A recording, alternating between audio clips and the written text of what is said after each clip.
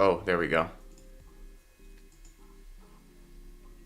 Yo, what's up, guys? Good morning, good morning, good morning, good morning. So, very interesting situation happening in the markets right now. We do have this hourly fair value gap that we are rejecting from. You can see that we balanced 50% of the fair value gap. And we are dumping. We are bouncing here from a new week opening gap, which is interesting. I would not be surprised, guys, if we get a setup today or maybe tomorrow up to the equal highs that we have up here. Okay, on the daily chart, we do have the daily high here that I would love to see fill. I want to see this area get filled in the markets right here. I'll label this with a rectangle or a fair value gap so you guys can see, because it is a fair value gap. I'll label it as a standard fair value gap so you can see it there. Yo, what's up? Okay, good morning. Good morning, good morning. So yeah, guys, we're filling this daily gap, which we actually already filled, so I don't really care about this gap anymore. Hold on one second. But yeah, we are rejecting from the hourly. I would like to see us, we don't have to, but I would like to see us come back and trade into this area. This is like, these are two big order blocks, right, on the 4-hour chart. If I show you the 4-hour, you can see order block here, order block here. I would love to maybe see now at this point a trade back into this fair value gap to go higher. That's what I'm looking for potentially today. So I'm going to label this on the chart. And what I want to see, guys, hopefully we get this. By the way, I'm not really looking at the charts right now because unemployment claims was kind of lackluster. Normally it is, but regardless, I want it to be on just in case. But I would love to see something of this sort happen today or tomorrow. And then maybe from there, guys, we get a big dump. Now, what if we end up inversing this 4-hour, okay? I actually just went over a situation like this with one of my members. Kay just sent me a picture. And he told me, he's like, I'm looking for this high to hit, but it wasn't this specific situation, but another time in the markets. And he was saying, I'm looking for this high to hit, but why does it not hit? And why does the market inverse and go down? And I explained to him that sometimes the markets don't hit liquidity, okay? Sometimes, like for example, right here, okay, guys, remember this daily high that we had earlier? When we saw the market over here, it looked so likely that this daily high was going to hit. But what ended up happening is the market completely reversed and dumped on everybody who was trying to make easy profits going for this high. Okay, it happens sometimes. And that's why the market is not perfect.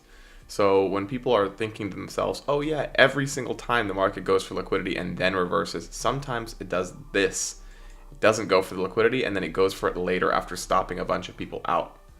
So one lesson I can give you guys, especially on the higher time frames, be very cautious of trying to long right before liquidity gets swept, because sometimes they do this and you'll see it in the market. And eventually, you know, you get in tuned with it and you realize that it's better sometimes just to take profits. If you're in a long and you've, you know, booked a ton of profits, like let's say you longed here in this 4-hour fair value gap, okay? And you held it all the way up to this high, you take a partial here and take your secondary partial before the high hits, because sometimes this happens. So anyways, guys, that is that. Hopefully, guys, we get a trade back down into the 4-hour here. I'm looking for equal highs on the charts. I don't really see anything. You can see that this high swept this high by a tick, so these are not equal. And yeah, so I don't really see anything quite yet that I like. I'd, again, like to see these all come down. I'd like to see the macro times work out for some A+ setup. But again, we'll have to see what happens here. Yeah. Also, guys, heads up. Yesterday, if you are completely new to the markets, guys, this is not for everybody, especially the first episode, but I released this this episode on YouTube. It's the first episode of the Daytrading mentorship. This one is for really basic beginners, the first episode.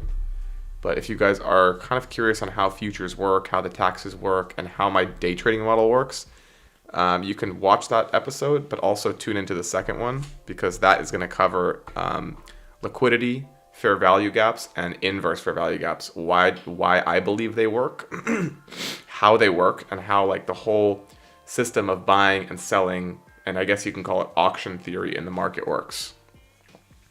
So if you guys are curious and you don't understand my model yet, I will refer everybody to this this day trading course because number one, it is free, and number two, I try and simplify it as much as possible.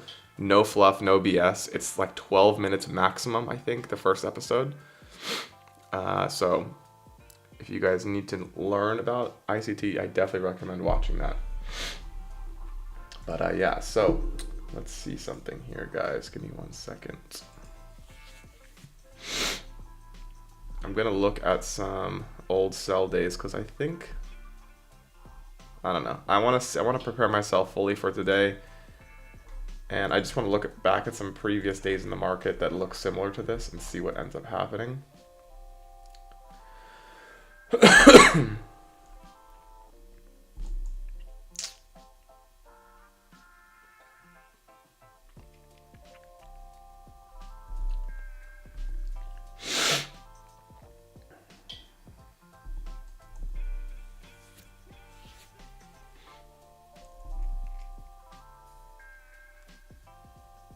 We've got a ways until market open, guys, and there's really nothing A+ yet.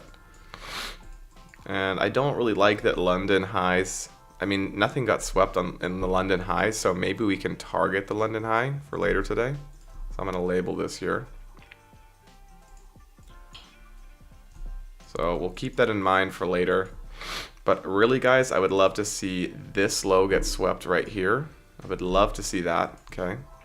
And then after this low gets swept and we trade into the 4 hour, I would love to see some kind of an A+ setup to the upside. So we'll see what we get.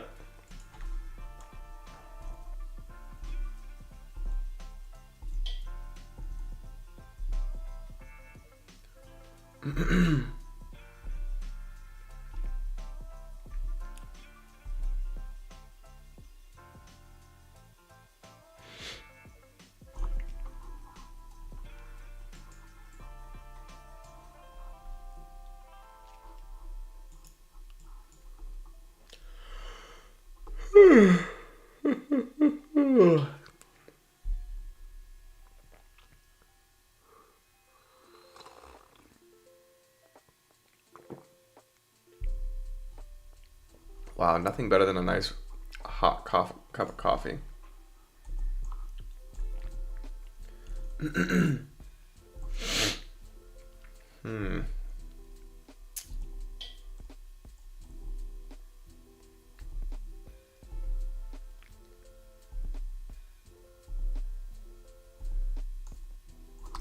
Interesting.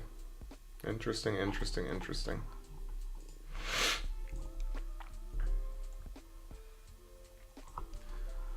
So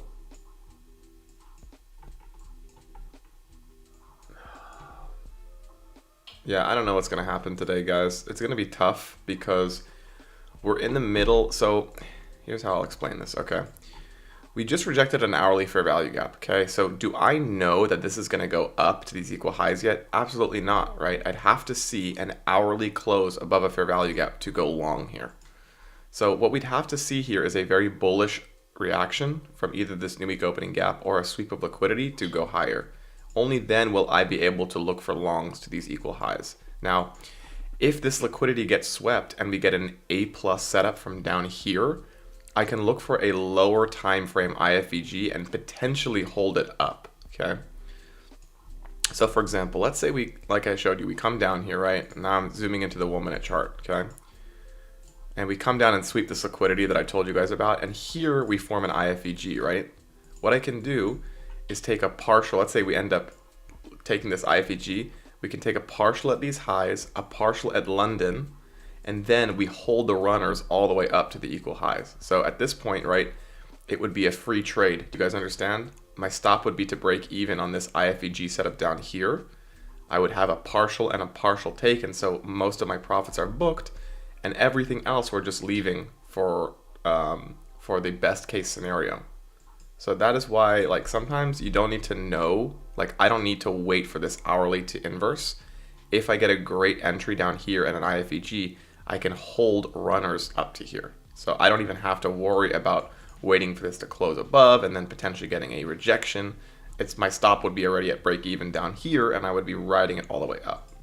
So I hope that makes sense, guys. Like, you don't always have to wait for something to happen. If you have a excellent entry from below and you've already booked most of your profits, you can then hold runners to your target that you ultimately want. Does that make sense, guys?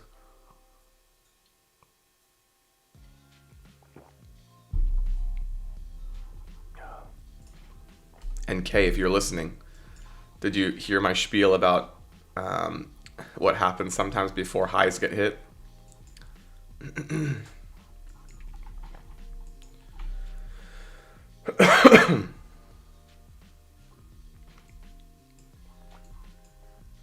All right, good.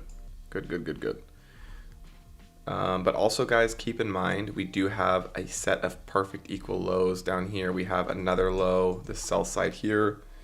And then we have more equal lows, I believe. Are they equal lows?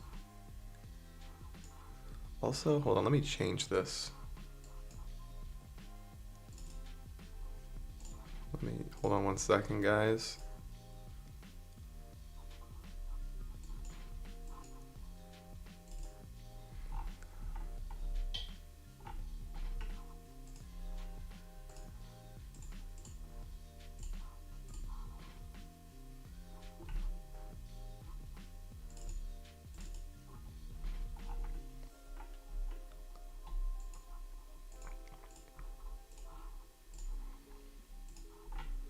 All right. Put the new week opening gaps back.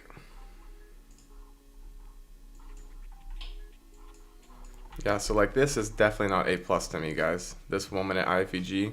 First of all, it fails. Second of all, I want lower, so why would I be longing this, right? I think we have liquidity resting here that I want to sweep first. And yeah, so I personally would not take this. Yo, what's up, Charlie? Good morning.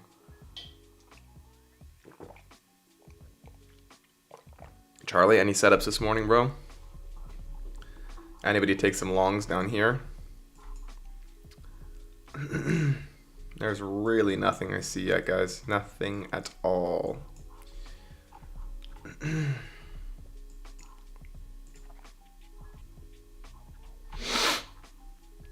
Yo, what's up, Sean? What's up, guys? All the OGs in here. So for those of you guys who are just tuning in, I'm looking for a liquidity sweep, okay? I want to see us, so we rejected the hourly fair value gap once again. You guys can see even the mean threshold, which is the 50%. We rejected it. And now I would like to see us go lower. I'd like to see this 4-hour low get swept. Trade into the 4-hour fair value gap. Sean's ready for the $4,000 day. Well, guys, I'm telling you right now, if we end up sweeping these equal highs and maybe we get a sweep of this high, I think there's going to be and I'm saying this before this happens, like there's equal lows down here and sell side down here.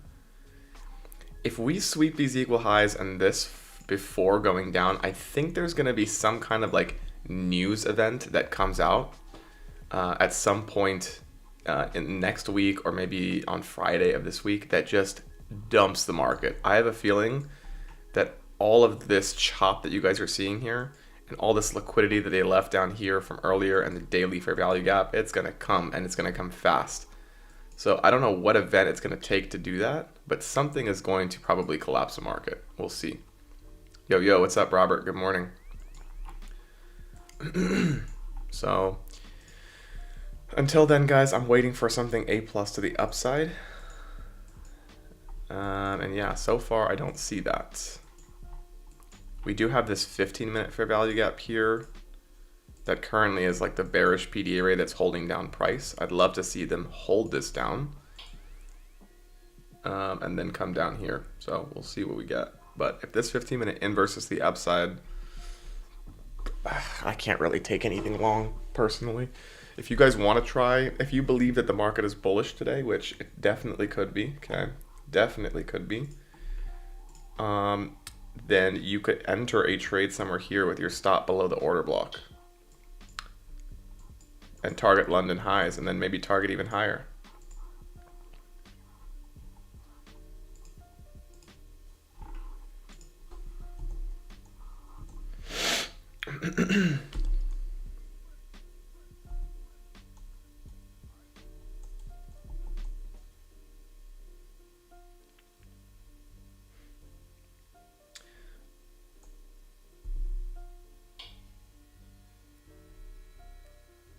Of course, Robert, of course. Yeah, guys, and that video from yesterday, the ICT course was like for ultimate beginners, like ultra beginners. The first episode literally just covers like what is the stock market, what is the futures market, how do the tax incentives work, what is liquidity, like the very basic subjects. But I feel like for a lot of people, they enter day trading and they don't even realize what these things actually are. So if you don't really understand the word liquidity as far as like the markets are concerned, watch that video, guys. Even if you're somewhat new, but you think you know what the stock market is or what the futures market is, I would suggest watching it, just so you have like just so you can confirm that what you know is true. But yeah, I'm glad that people are liking it, and anyone that wants to learn, I'm gonna refer them to that video. Thanks, Charlie. I appreciate it, bro. And I know, guys, a lot of you guys are like, duh, like obviously that's what it is, but for a lot of people, they don't know that. So anything I can do to help people with that, I'm happy to do.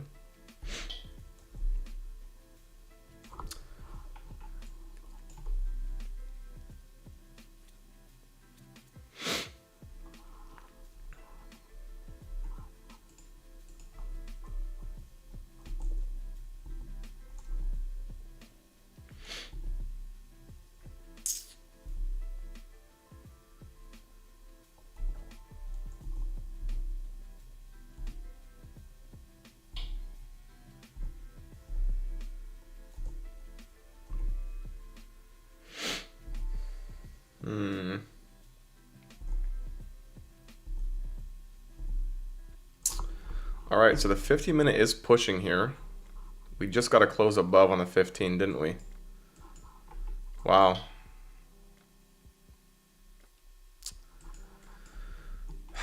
See, this is good. Okay, I like to see this, but you also have to remember we're in a new week opening gap, and I want the 4-hour to get balanced. So do I want to long this 50-minute for value gap inverse? Personally, no. Okay, this is what I'm saying, guys, and what separates a profitable trader from an unprofitable trader is a lot of people will take this fair value gap because they are afraid of missing out. Can it work? Absolutely, but you have to be willing to take the setup that is so undeniable that because most of the time things that you see in the market can fail, especially if you have the bias wrong. So I mean, I am bullish, okay, don't get me wrong, I am bullish. I would like to see London high get swept, and I want these equal highs, but I'm not just going to long that 50-minute gap. Look at this hourly too. So we have an, oh, did the hourly inverse of the upside too? Okay, well it did, but we have another one right here. So there's another hourly fair value gap that we're rejecting from. So always looking at your higher time frames, guys. So we just rejected from an hourly, the 15-minute inverse above, right? But now we have this hourly. So everyone that's super anxious to take longs and make money, they might be longing this 15-minute IFUG, not realizing that we're rejecting from an hourly. So this is why I always stress the higher time frames, guys. And for now, I'm looking at this 4-hour chart, okay? And I see this unfilled 4-hour gap. So I want to see this 4-hour get filled before, or at least get touched into before we go higher. That's my objective now. So you see how I'm using a higher time frame to look for like a bias for the day. So my bias is going to be short in the morning and then long in the afternoon, hopefully, or short in the morning and then long towards the end of the morning.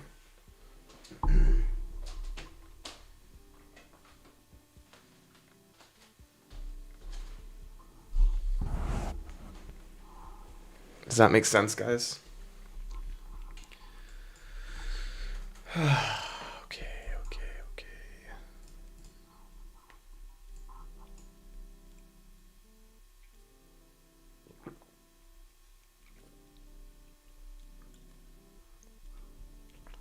Yo, Warriors for Yeshua. Good morning, bro. Good morning. How's Enphase doing this morning? Ooh, okay, we're getting a little pump. Earnings came out yesterday, and we had a massive pump, and now we sold off. We're basically, I think, in my opinion, we're trying to take out anyone who was profiting off of the big move from earnings, and then they stop people out. You can see with this wick right here, and I think this will push us back up, but we'll have to see. But for those of you guys in the Discord that took that option selling play, we are up like 78% right now on these. And as this goes higher, we'll probably book it for 100% profit. I want to own Enphase at these levels, so I'm going to hold the position. But if you guys are in it and you're up 75% and you want to book profits, then by all means, do whatever you deem fit. And by the way, guys, the course, I know I probably explained this yesterday, but the course in the last video, I'm going to cover option selling. It's going to be basic because there are some complexities to it, but it's going to cover it for the most part. So you guys will understand what it is, how it works. And if you want to dip your toes further, then you'll be able to once you watch that. Okay, so we got, what,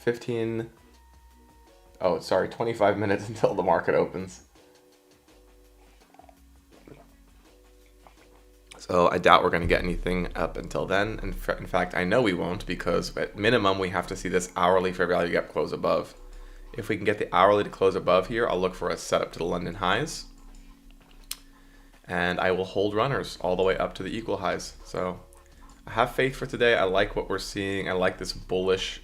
We've had tons of bullish reactions after these lows, which actually I thought would get swept first before going up.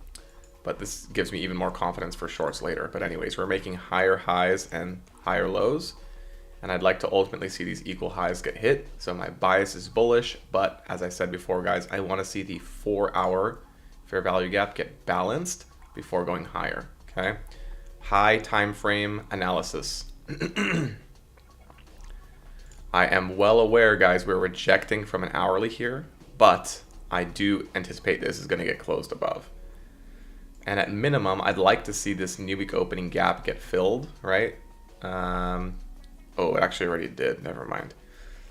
So you guys see how the new week opening gap that formed on Sunday, on the 26th, it got filled fully with this candle, right? We completely closed above it. That's a full fill. It doesn't have to close. It could be a wick. So I don't really care as much about it now. But yeah, that's my bias for today. So we will be patient until we get a setup. But I have a feeling today is going to be a buy day. But yeah, we'll have to see what setup we get. But do you guys see how I analyze for the day what I want? So I want this. And until we get this, I probably will not take anything. Number one, we don't have any equal highs that formed here, so I'm not like rushing to take anything long. And yeah, I have to be patient. Okay, guys, I'll be right back. I've got to make a call, but I'll be back before market open. Should be long before, but I'll be back in a second.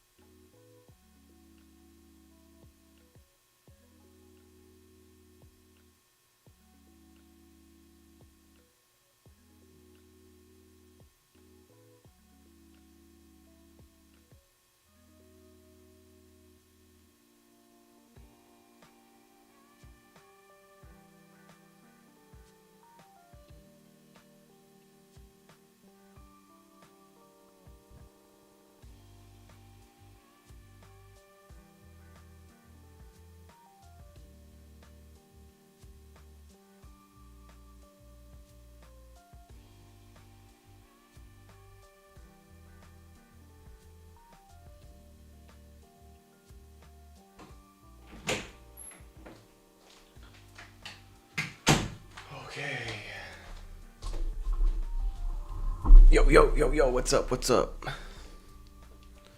What's up, y'all? Why do I keep getting... My phone keeps connecting to the live stream, and I don't know why. You can disconnect to remove this iPhone from the Mac microphone list. Let's disconnect. But then every time I walk near my computer, it ends up connecting. Ooh. Interesting, interesting, interesting.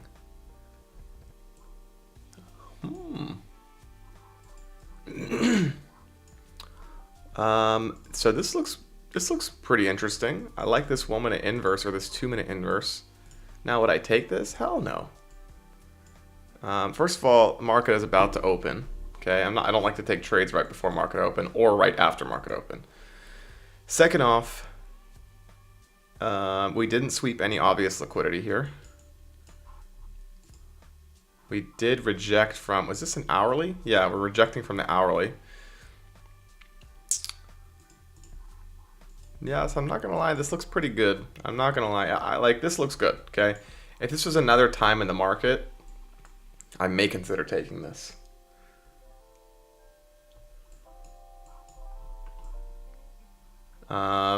Like if we were in the afternoon session or something, I think this 3 minute looks pretty darn nice. How's the 5 minute look?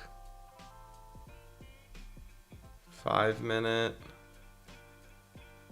Interesting. So guys, I have a meeting today at 12. I think I'll be off. I mean, I don't think I'm going to stream for 5 hours, but I have a meeting at like 12:15 that goes until 1 Pacific. So I might not be active in the Discord at those times. But yeah, I think this actually looks pretty decent, guys. If you really want to try something before market opens, I mean, you can do this, but I personally am not going to. But in theory, it would be, right, a 3 minute short. Stop would be a 3 minute close back above. I would move my stop to break even when this low gets swept, or you can take a partial, whatever you prefer. And then I would hold a partial to here, and then I'd hold a runner down to the 4 hour gap or the sell side, whichever you prefer. Yo, DZTV, what's up? Good morning, bro.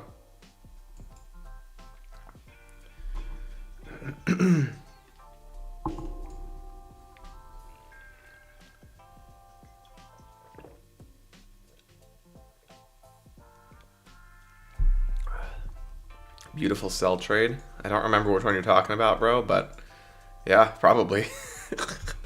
Probably a good sell trade.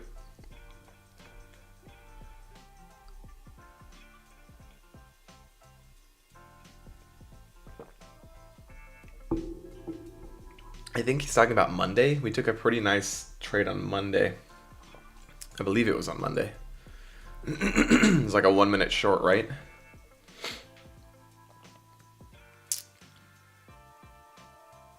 Yeah, it was Monday. Because Tuesday... Wait, is today Thursday, guys? Oh my god, the week flies. I think...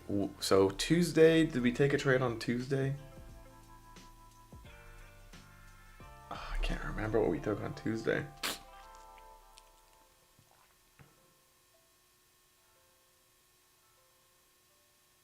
I don't even remember, guys. But Wednesday, yesterday, we definitely didn't take a single trade. Let's go, bro. I'm so happy people are rewatching the lives. I think if anything you can study, guys, watching a live stream is the best thing. First of all, you'll see my mistakes, but second of all, you'll see what I see on the higher time frames. Why I'm entering a trade. When the alarm bells or the light bulbs go off in my head. I think they're gems. I know it can be tough because, you know, the live streams are long. And there's a lot of sitting and waiting, but I don't know, maybe I can figure out a way to have like YouTube get rid of the empty spaces. Damn near live seminar. I wish there was a way for YouTube to get rid of like parts of a live stream where you're not talking, because maybe then it can like speed up, it gets rid of all the gaps and stuff. Maybe what I'll do, guys, I'll have to figure out a way to do it, but maybe in the Discord, I'll figure out how to download all the live streams, and I'll use CapCut to get rid of empty space to make them shorter or something. But you don't need that, obviously. You can just watch them. Also, you can like just scan through the video and see when I enter a trade, and then you can just pause the video there, go back to when right before I enter the trade and see what I'm talking about. That might be a good way to do it too.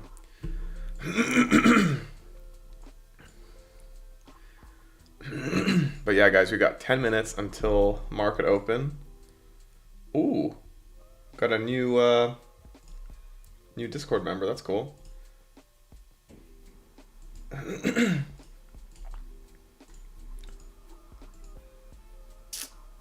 Did we just form equal highs in the market here? Ooh, let's go, let's go. Okay, so we just formed equal highs right here. Perfect equal highs.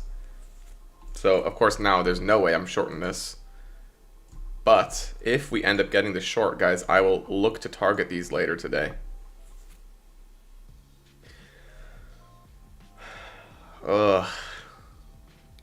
Okay, so there's one thing, guys, okay? One thing I want you to pay attention to right now, okay? So technically, we are rejecting from an hourly, okay?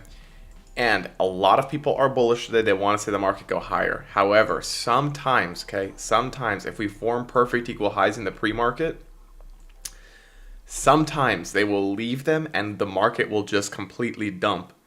Is that possible today? Yes. So we are going to be super careful.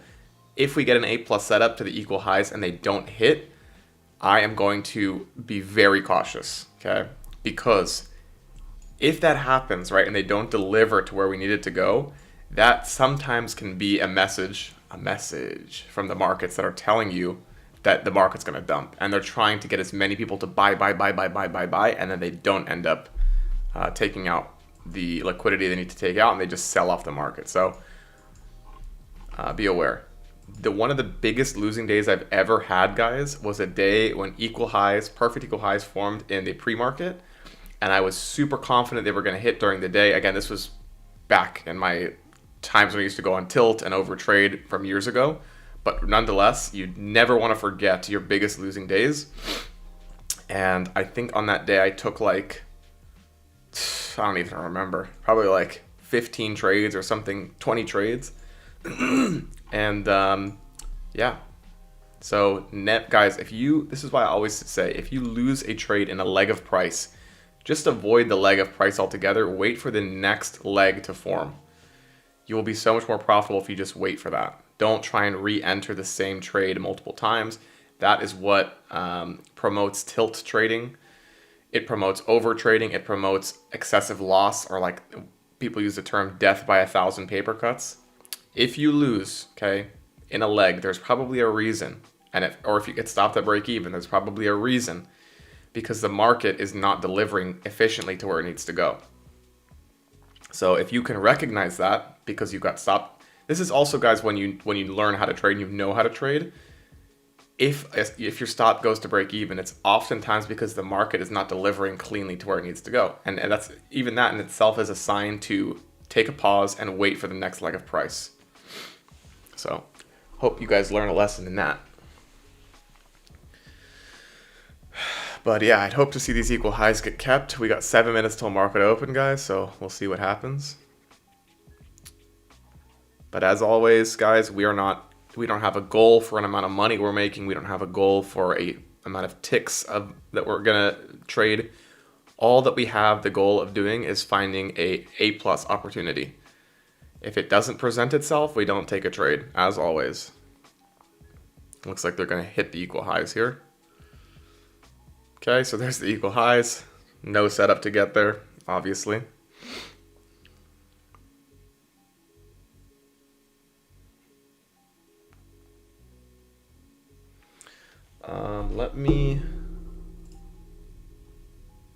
Or yeah, I could try and timestamp. That's right, DZTV. I can try that too.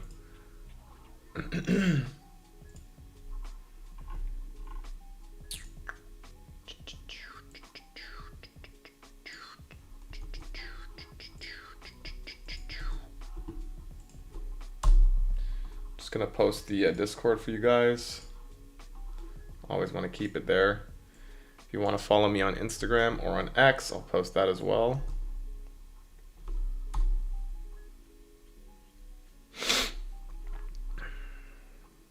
Guys, follow me on Instagram if you haven't done it already. I need more followers there. Instagram, for whatever reason, does not build any traction for me. YouTube and X, I've been gaining a lot of followers, which I'm happy about. But yeah, Instagram, not so much.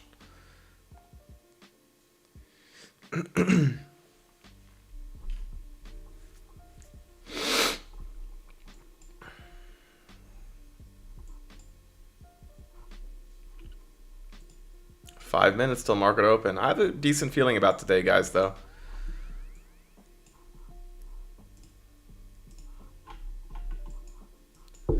Also, the other thing they can do, guys, is just completely just rip the market higher at market open. Possible.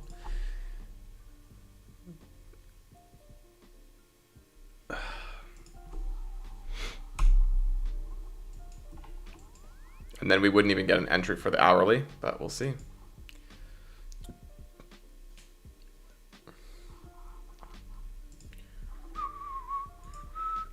Who's texting me, bro?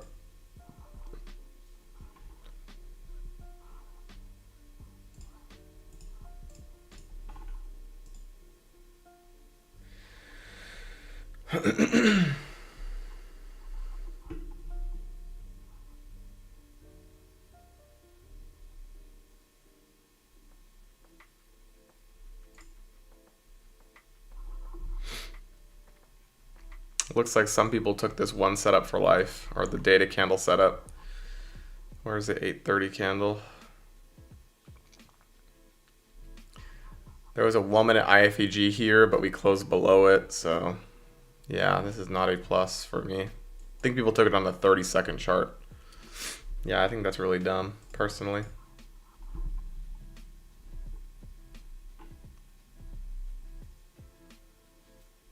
Uh-oh. So, guys, there's apparently breaking news that there's a 1.9% chance that a large asteroid will hit Earth in 2032, up from 1.6% yesterday.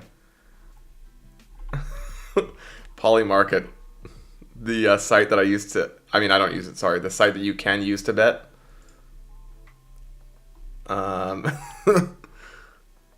Wait, 1 in 53 chance. Oh, that it'll miss Earth.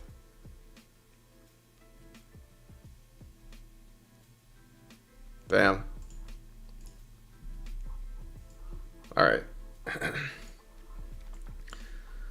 So, guys, we're still waiting. We got 3 minutes till market open. Hopefully we get a dump. Love to see the 4-hour get tapped into. Love, love, love.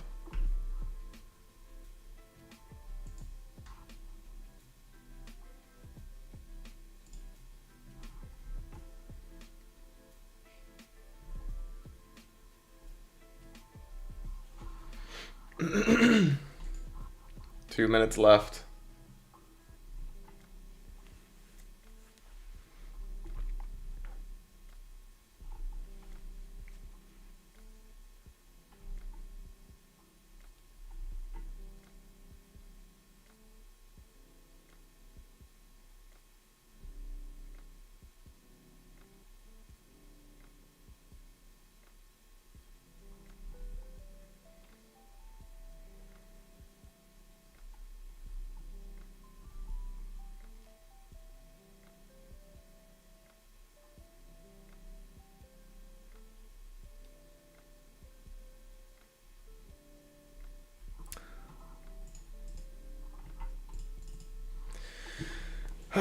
All right, guys, let's see. We got a minute left. Let's see what goes on.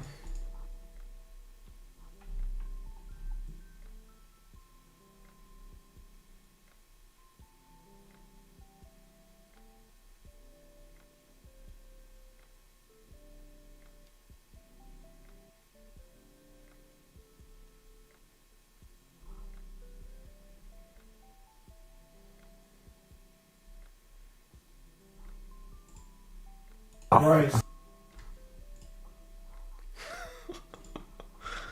Alright, alright, alright. 30 seconds. Whoa, big dump on end phase. Wow. Okay, let's see what we get.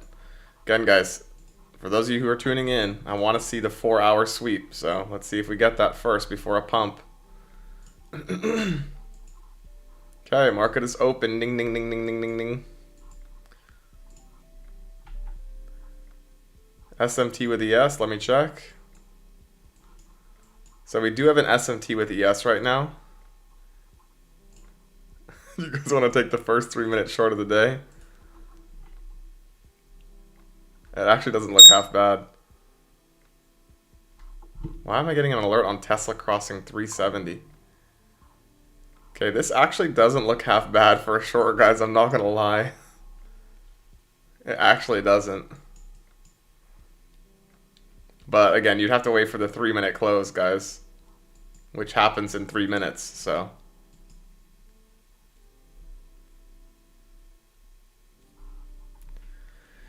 But I am not going to lie, this looks pretty good. This is kind of like a sell model right now. Target would be the lows, but I don't even think it's going to give you an entry if it's going to do it, right?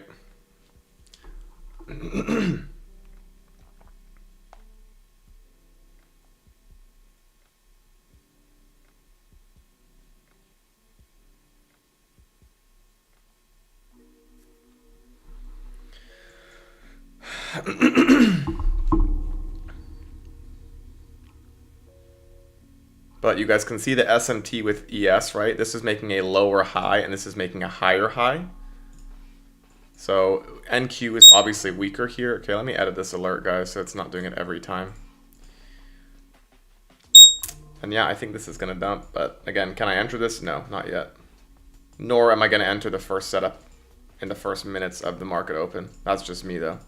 You guys can do what you want.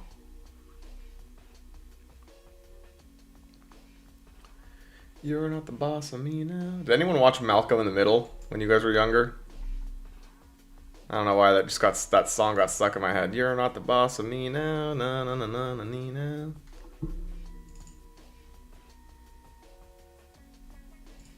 And you're not so big. Ooh.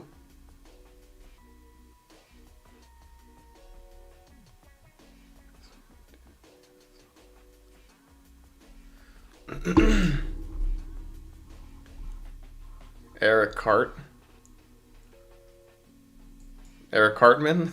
So you guys watch South Park, not Malcolm in the Middle?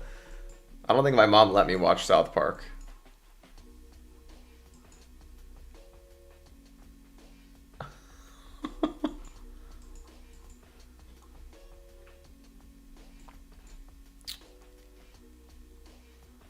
Alright, let's see what happens here. So we just traded into the 1-minute gap after inversing the 3. I would not be surprised, guys, if this ends up dumping us. So, like, let's say we get a full-bodied candle close here above the 1-minute fair value gap to the upside, and then it rejects. I think that'll be a good short.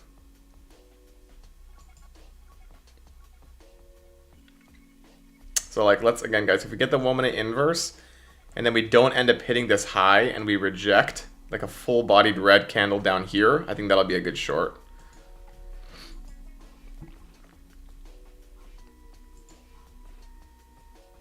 So the 3-minute did inverse, guys, but the wick swept this low. So I'm not going to take this short right now. I want to see what I just said happen first.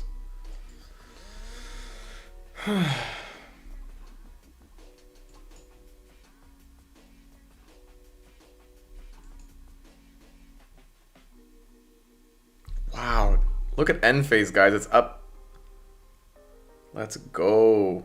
We're up 70 or up 80% on this position. All right. So let's see if this 1-minute gets inverse to the upside. If it does, and we end up getting a full-bodied red candle below this candle, I'm going to try it short with 1 NQ.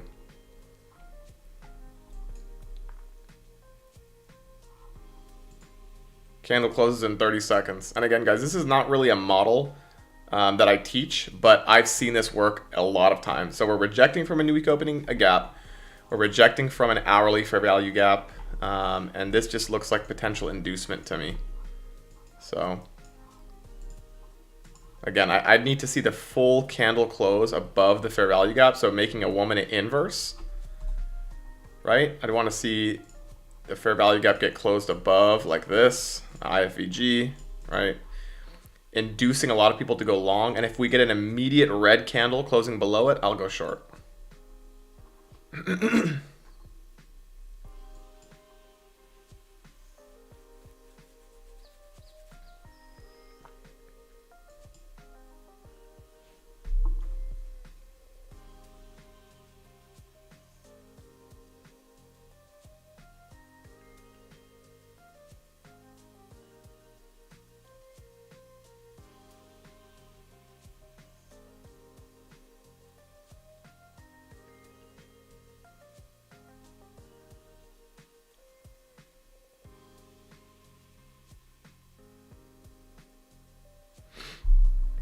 Okay, let's see what we get. So pay attention to how this candle closes. So if we get a full red bodied close here after this candle closes, I'm going to go long. I'm going to go short, sorry. 1 NQ. So no close above, so I can't take it. At least not yet.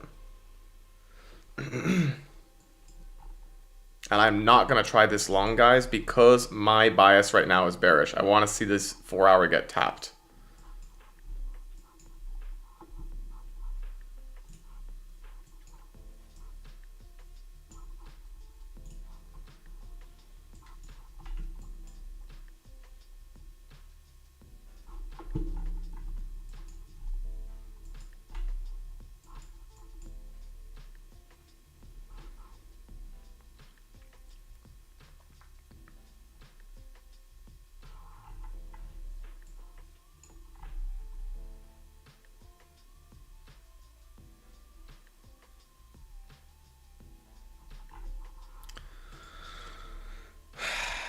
They're not going to give us the short.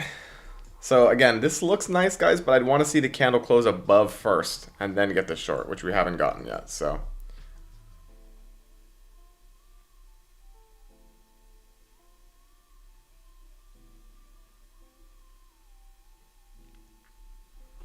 patience, patience, patience.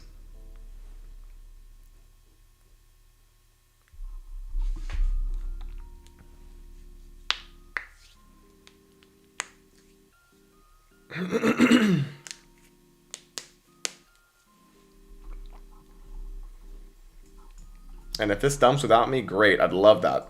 And then I'd want to see this liquidity get swept and then get a perfect IFEG to the upside from there. So if we end up getting this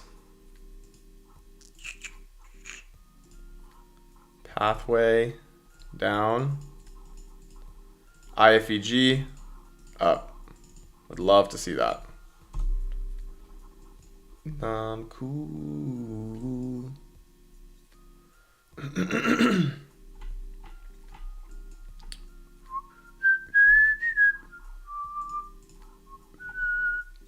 And technically this 3 minute IFEG is still holding. Look at this.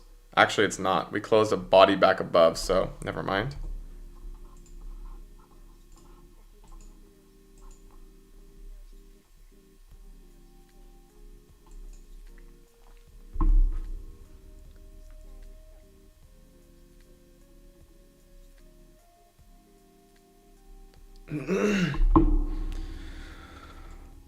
Okay, looks like we're about to get the one.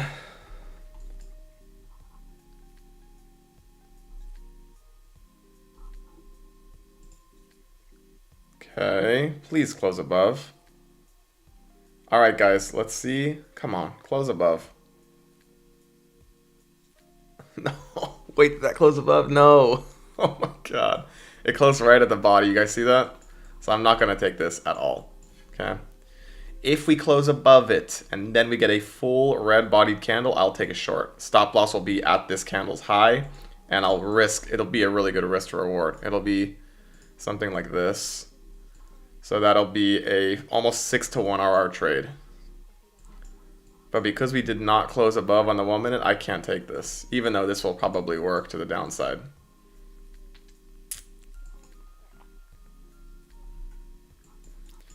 If you're in this short, guys, once this low gets swept, I would definitely move your stop to break even.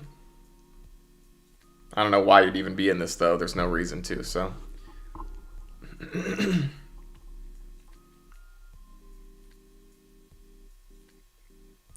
Wow, Tesla is really dumping. 369.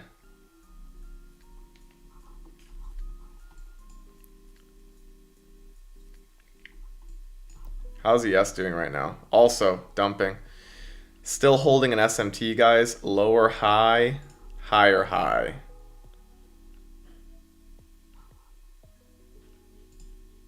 TLT potentially breaking out. I like to see that. How's Tesla doing here? So guys, when Tesla ends up filling this weekly fair value gap, I'm gonna have an alert set right here on 363. I'm going to sell some puts in the Discord. I'm going to sell like the 300, 305 puts. Should get some nice premium for this. Okay, so NQ still chopping around here. Okay, there is a 1 minute close above. Okay, if we get a full-bodied red candle here, I'm going to try this with one NQ.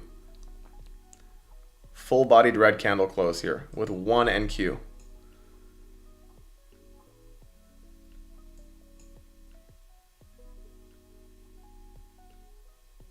And again, guys, this is not the normal model that I teach. This is basically purely a RR trade here. Purely a risk to reward trade. It's not something I normally do, but I do like this setup a lot of the time, so willing to try it.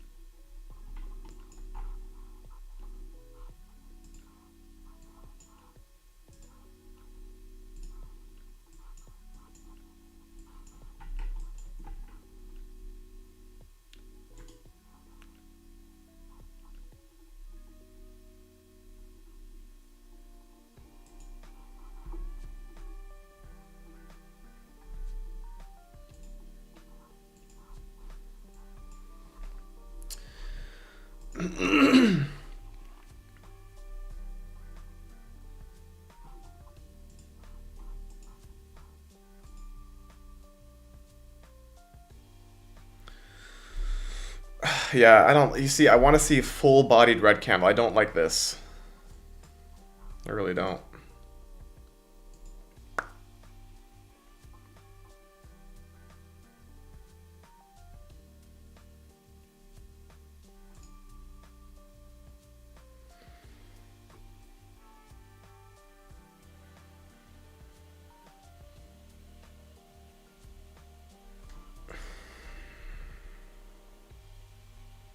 Yeah, guys, I don't like this. You see how it's two candles? I wanted to see one big down close candle, and we didn't get it, so not taking this anymore.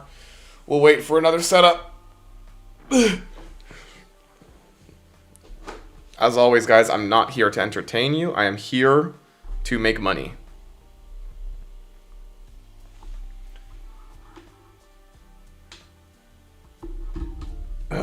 But I would still not be surprised to see this collapse here. Now, does that mean I'm taking something? No. Oh, it's cold.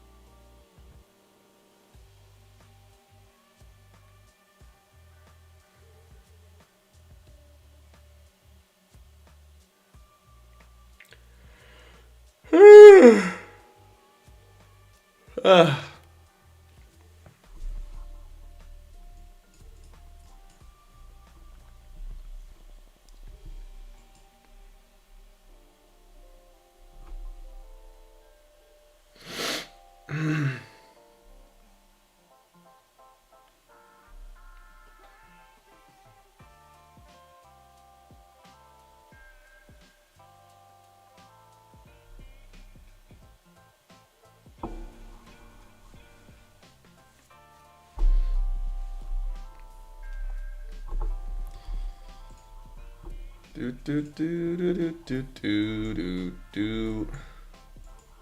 Oh my god.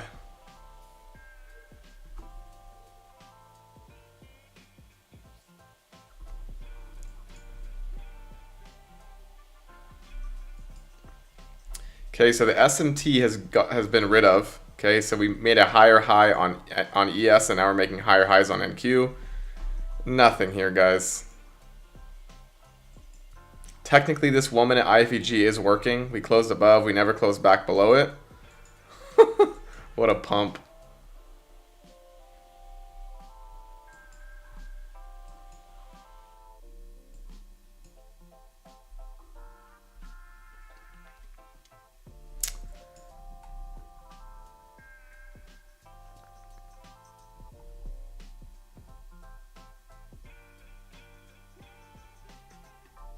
Crazy. So technically, guys, we did have a liquidity sweep to the downside and an IFEG. I mean, would I have taken this? No. I'm sorry.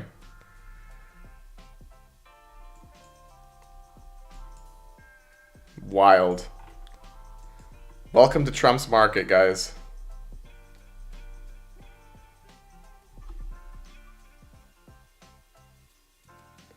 Welcome to Trump's market.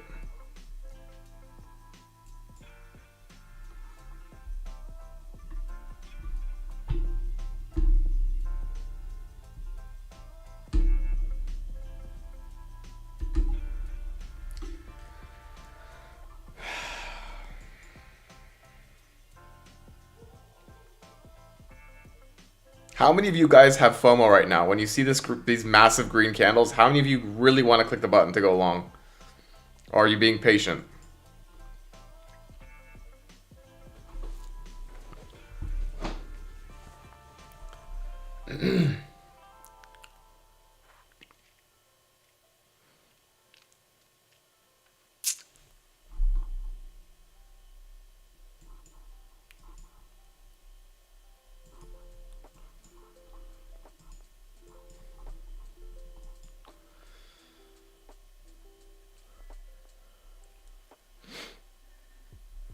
Warriors for Yeshua has been patient. Good.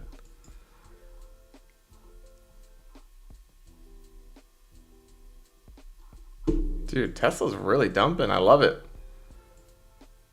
So again, I'm setting an alert, guys, for when Tesla gets to the 362, 363 level. Charlie just took a SPY call. Fair enough, Charlie. I hope it works for you, bro. I wouldn't be surprised if it does.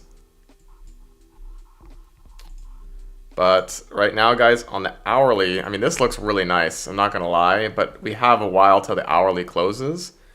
If this hourly closes above, I will be forced to abandon my short bias for intraday and target the London high.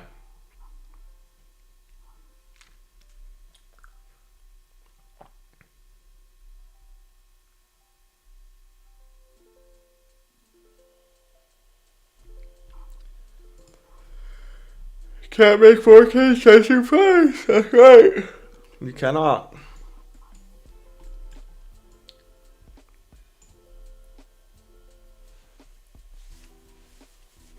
Guys, I know sometimes it sucks to watch price go without you. But like, I can't take a 1 minute IFEG like this. We're in super heavy premium. Like, what are the odds that this works?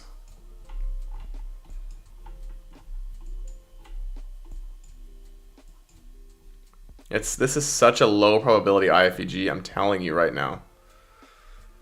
I don't know how else to explain it to you guys, but look at this, guys. We're in heavy premium. Look at this move we've had. What are the odds that a 1 minute IFEG is going to work this high up? It's slim. Okay, so just because there is one and you're missing it, you should not have FOMO. You should not be crying about it. This is just the reality of trading. So I'm happy that no one in here, everyone has been saying that they're patient. And I love that you guys are following discipline principles. I love that.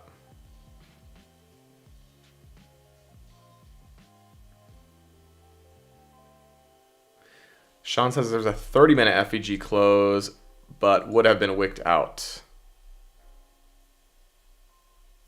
Oh, with this close right here. There was Sean, but it's tough because there's another one in the leg right above it, so I don't like that 30-minute IFEG. Really don't like this. Unless you're like super confident on the draw, which right now when we're in heavy premium, I can't say that we're going up for sure. So this is tough. But yeah, these wicks would be super scary.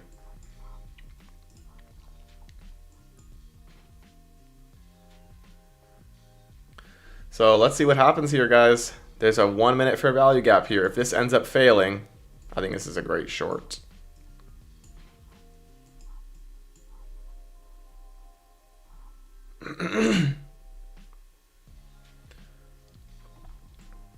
But we could easily bounce out of this to go higher, right? So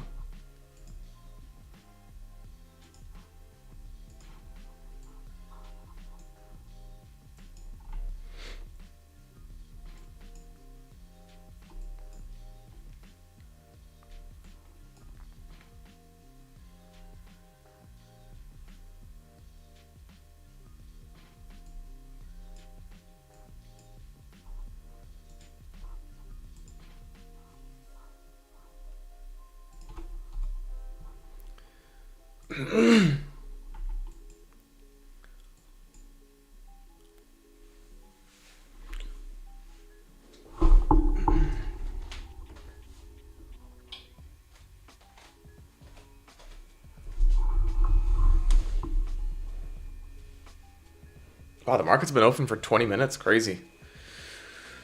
So hopefully this isn't used as a long setup to go higher, but probably going to go to London high here, if that's the case.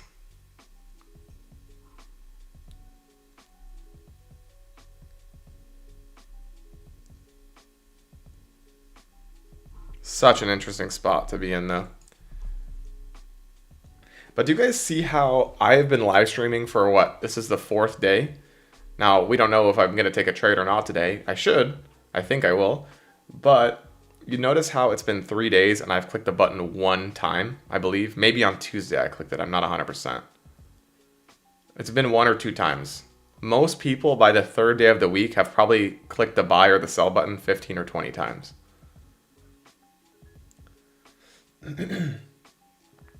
So there is a lesson in there, ladies and gentlemen.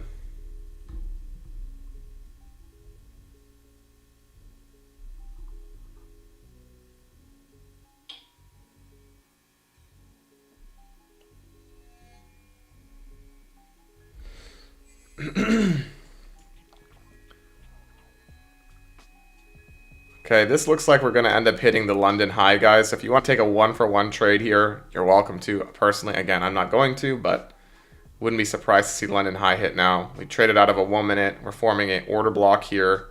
We're in a macro time. It's very likely to deliver up here. Again, is it high probability? In my opinion, no, but you guys can do whatever you want.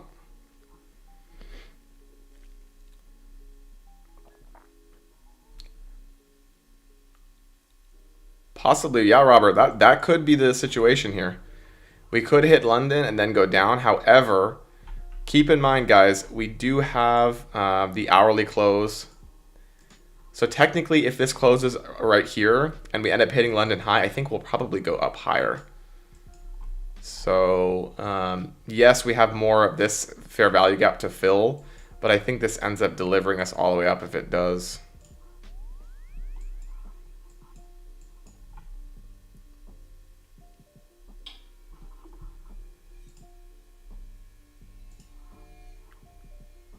Tokyo. I like how you call it the Tokyo session. Tokyo and London are near equal. Yeah, they're near equal. They're not perfect equal, so I don't really consider them anything. This actually looks pretty good. I'm not going to lie. But again, we were right near London high, so is this A+? No.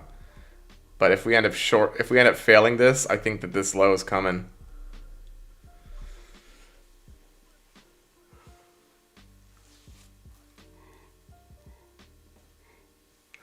Let's see what kind of premiums we can get for Tesla options right now. If I sell the 300 put 29 days out. Wow, you can get almost 300 bucks. Okay, what was this 50% level from? The mean threshold of the fair value gap? Ooh. Ooh, okay, so we didn't get a close below, guys, but this actually looks like a good short. I'm not gonna lie. This looks really good down to this low, but I can't take it because it's too low now. If we would have gotten a one candle close below it, I think this would be good.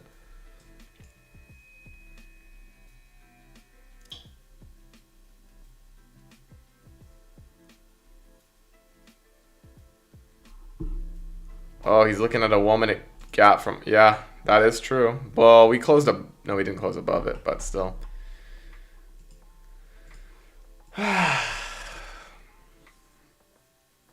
Guys, I want to take this short, but we have London highs right above, so I'm not going to take this IFEG personally, but it'll probably deliver us down here.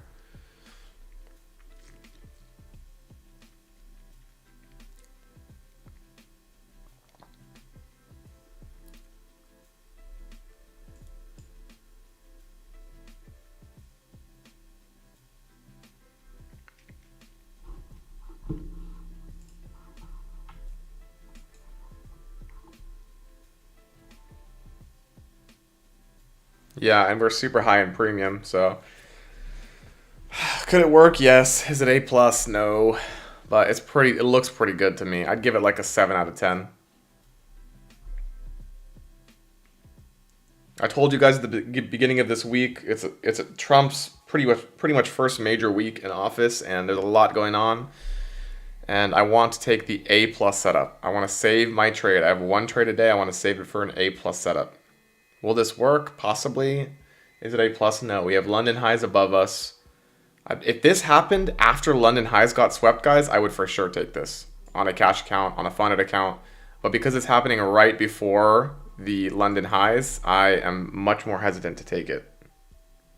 But it looks good. I'm not going to lie.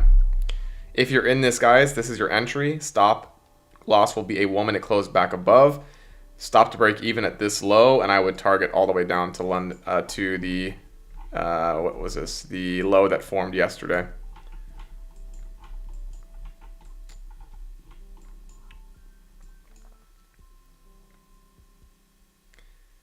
Robert, ooh, 7 out of 10 is still a bad biddy. Yeah. Kay, do you know Dodgy's DD? Yes, I do, bro. He's a great IFEG trader too. He took a 30-second IFEG this morning. I think it was the 831, but he used the 30-second chart, which I personally don't like to use. But he's a great trader as well. In fact, he's actually one of the first IFEG traders I ever came across.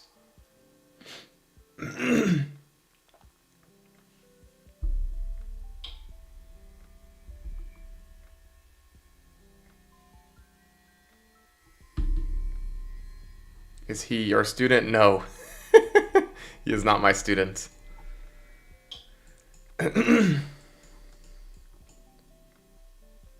He's actually a lot bigger than me. If you guys go on his YouTube, he has like 50,000 subs or something crazy. But we trade the same model. There's a lot of people that trade IFEGs now.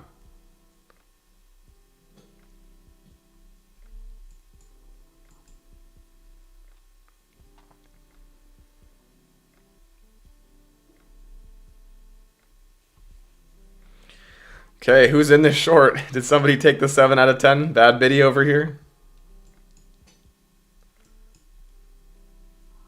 Who took this woman to IFEG? Again, guys, if London high got swept first, I would be in this. Definitely would be in this, but it did not, so.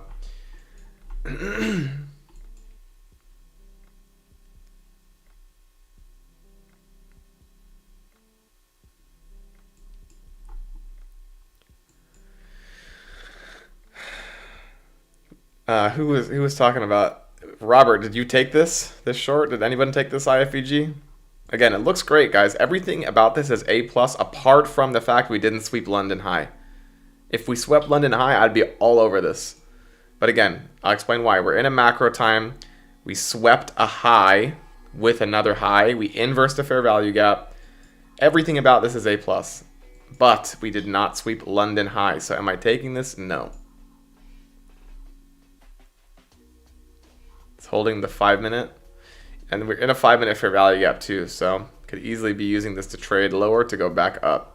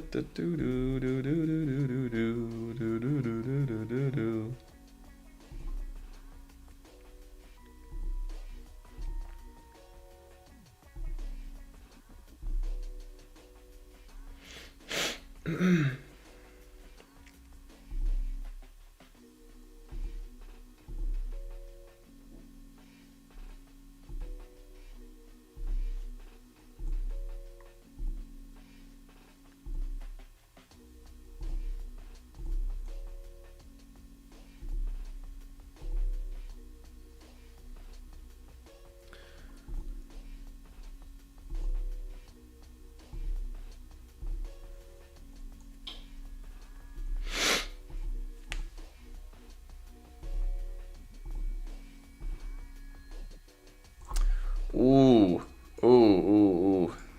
Okay, if this 1-minute fair value gap fails, guys, I think this market's gonna dump. All right, this is what I'm gonna try with 1NQ, guys. Even though London didn't get hit, I think this is gonna be good to the short side. But we need to see the candle close below, obviously. Let me look at the 5-minute quick. So I want to see the 5-minute and the 1-minute close below. So we got 3 minutes until the 5-minute closes, right? I don't want to see this wick. Damn, but this looks so good, guys.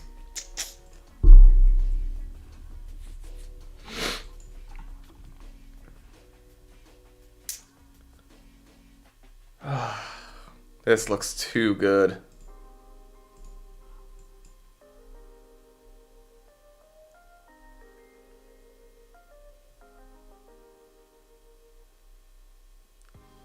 One hour is engulfing bullish.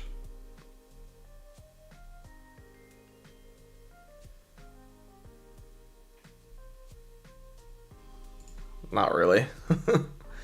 You guys know an engulfing candle means the candle has to engulf the rest. So like this is if this closes down here, this is a bearish engulfing candle, I think. I don't know how they define it exactly, but I look for pin bars. Those are nice setups to the downside normally, or bearish engulfing candles. But oh man, guys, can we get something in this market, please? God forbid.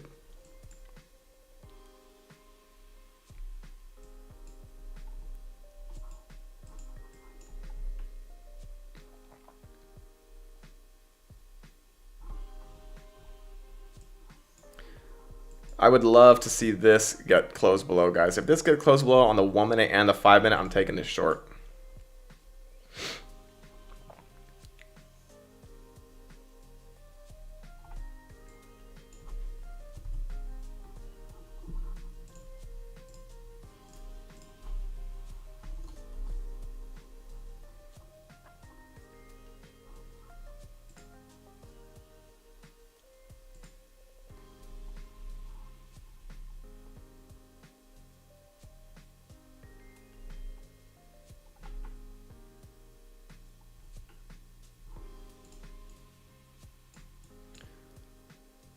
Okay, let's see what we get.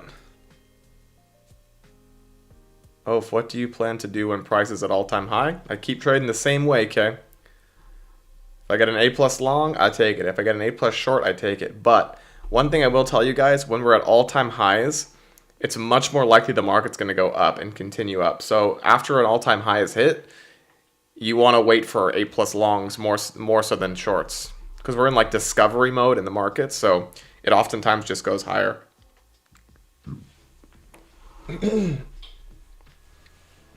Yeah, you basically are looking for like any highs that are made in the market, any new highs, and you just target them.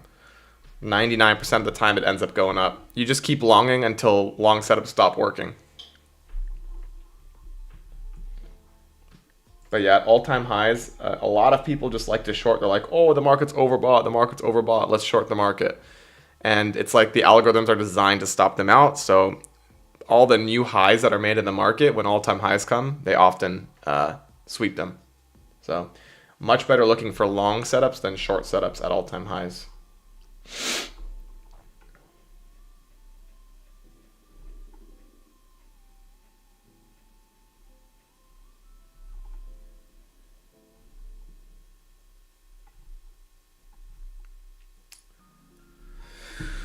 Come on, markets. Did we close below on the 5-minute? Nope. Man, what a slow mover already.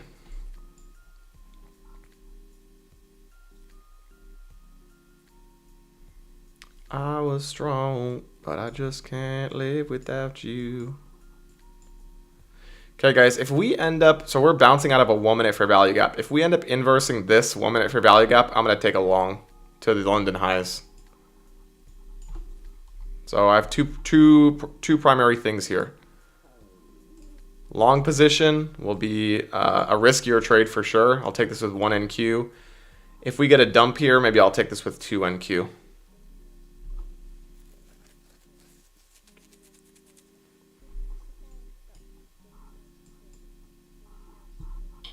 But for the short setup, I need to see the 5-minute close below and the 1-minute. And we've got 4 minutes until the 5-minute close, so. Baby, come back. Ooh, you could do it. No. And you can see here, guys, from the higher time frame, we're rejecting the hourly so far. So I hope this rejects and we go down. I really do.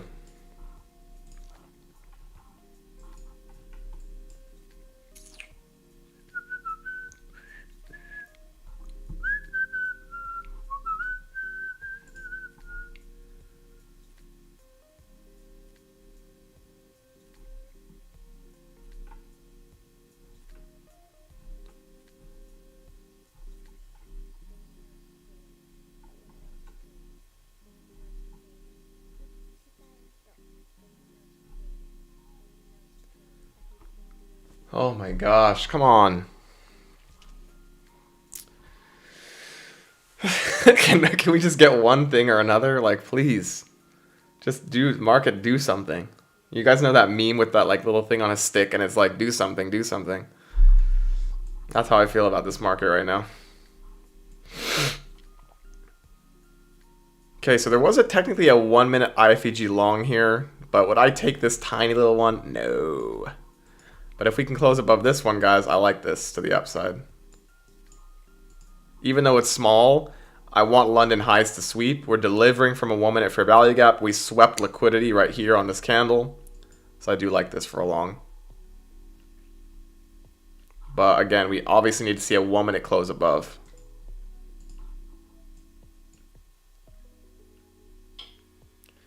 Baby, come back. Do do do do do do do. I was strong and I just can't live without you. Man, so we gotta wait a whole nother minute for the next candle, guys. Hopefully it doesn't just pull all the way up without us.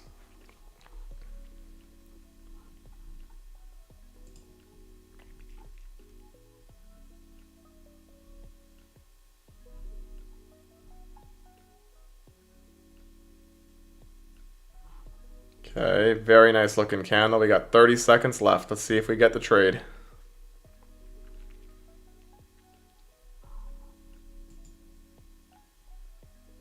Damn, this looks real nice.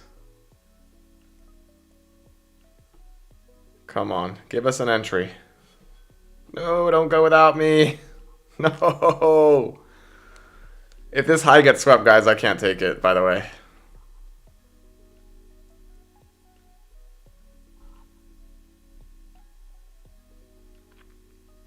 Ugh, this is such a bad RR. Alright, I'm taking it with one. Whoops. One contract. Why did it not fill my order? Stop loss, again, guys, is a close back below. I'll probably TP up here. Because if we're going to hit London, we should go higher. So.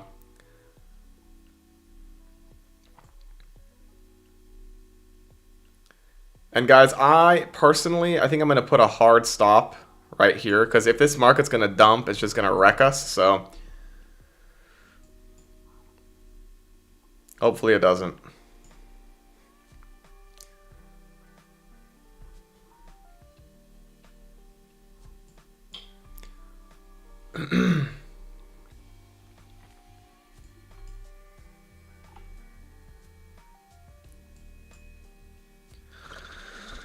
I don't like to see an immediate rejection there near the highs.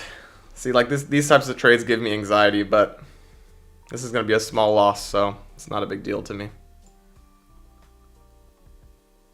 But I need to at least make this a 1-to-1, so that's why I'm putting my take profit up here. If this high gets swept, guys, I'm moving my stop to break even, though. I want to see clean delivery right now. I don't want to see this stall. I was strong, and I just can't live without you.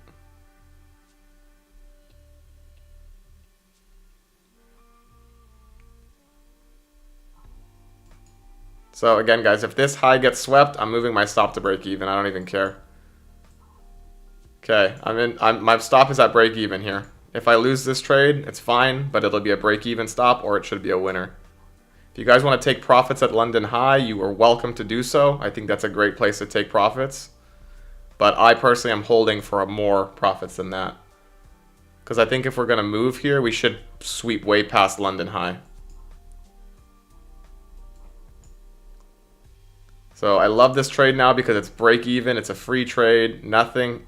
I can't lose this trade unless Trump says something and the market dumps 100 points in 2 seconds. But hopefully they don't just leave London, sweep us out, and then go up. So we'll see. Okay, up 200.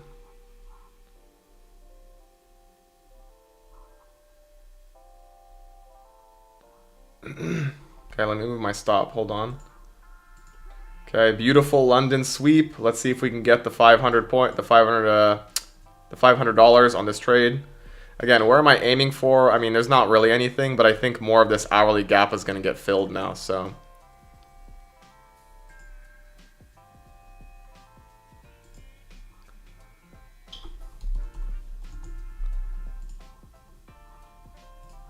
Okay, I'm moving my stop on my fundeds.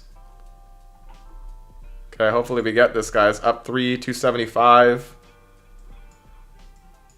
300. Come on, let's get our take profit.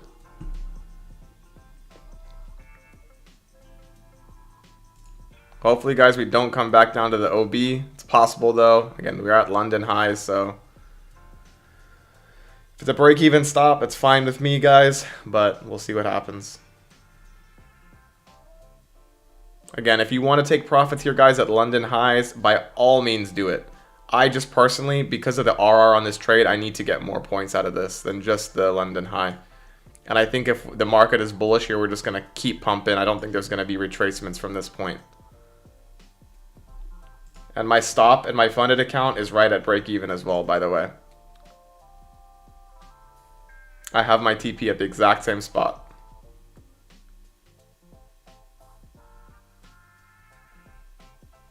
If you guys want now, you can also move your stop below this candle's low, just so you can book some profits and just hope that it runs. And if not, you get your full TP. 1 hour engulfing. Well, now it's a 1 hour engulfing. Here it was like almost like a pin bar, so that was really suspect. But beautiful 1 minute IFEG. Hopefully, again, it continues here. It's a free trade. Doesn't matter to me what happens.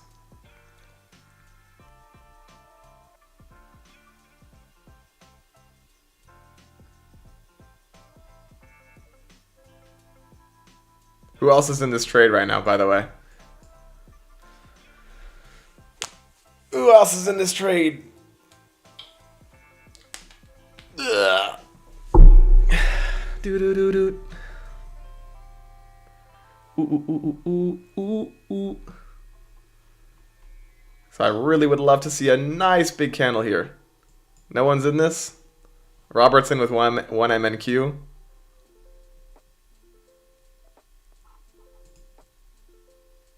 Robert's scared to trade NQ. Listen, guys, trading NQ is risky business, but if you have a good setup, you take it. I think, guys, I'm gonna move my stop to right below this volume imbalance. I'd rather just see the market deliver here. I don't like that we're stalling like this, so I'd prefer to just see it go. So let me move my stop and my fundeds too. Okay, I'm moving my stop, guys, up to this candle's body. If I get my 500, great. If I get my 315, excellent. Did it just stop by 1 tick before my... Come on, let's get the 5. All right, so there we go, guys. That's my trade for today. Congrats if anybody took that. Again, guys, I'm not risking anything right now in premium like this. I think this is going to go higher, and maybe I got stopped out on that. Big whoop, but it's fine with me. 315 on the day, baby. Let's go.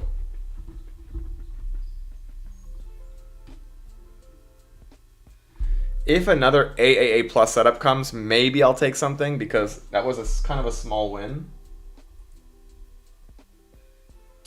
But we'll see, guys. Javier, I took it at 781 with 2, got out at 822. Nice. Good job, guys, for whoever took that. So, again, what was the setup? We were delivering. So sometimes you don't need liquidity sweeps, okay, guys? We did sweep liquidity from earlier in the day, okay? We got a delivery from a bullish fair value gap, and we inversed a fair value gap right here. So in my eyes, we were very likely to go to London high at minimum if this inversed. So that was our entry, and yeah. Javier, there's an OB at opening range. Yeah, I don't really use order blocks too much, but it just depends what time frame you're looking at. There's also like a breaker here technically, and we traded above it, traded into it, and went up. So there's so many different models here, but yeah, that was dope. Super happy with that.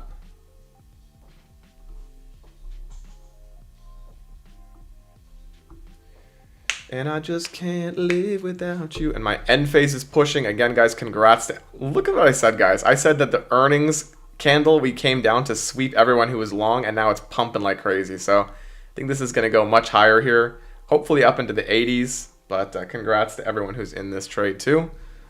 What a day, guys. Not the biggest win, but regardless, still a win. I think this is probably going to go up much higher than this, so we'll see. We will see.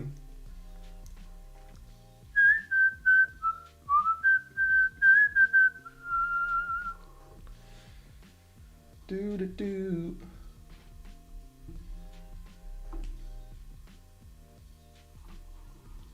So guys, I want to see type 1 if you took that on any type of account. Who took that trade with me? Again, I'd give this like an 8 out of 10 because London highs were so close. I think this is an A plus IFEG. Who took this 1 minute long? And now we're pumping. I think we're pumping much higher than this, guys. I think we're going to these equal highs today. We'll have to see what happens, obviously, at the hourly gap. So we have an hourly fair value gap from here to here. All right, so we'll have to see what happens at the top of it. We could reject, but I don't think so. Robert, I did, but I'm really scared of NQ. Well, Robert, you have to get over the fear. And the way that you get over fear is through knowledge. Like, I know that like 9 out of 10 times this ends up working. So I took this trade. And of course you're new, Robert, so of course you're going to be fearful. Was I scared of trading in the beginning? Yes. Do I still get anxiety sometimes? Yes. But when I do, I take things with smaller size. And yeah, when you have a A+ setup that you know works 9 out of 10 times, I mean, you have to take it. That's just the reality of trading. To make money, you need to create risk. And you create risk by entering the market. But you don't want to enter at any point. You want to enter at the A+ points.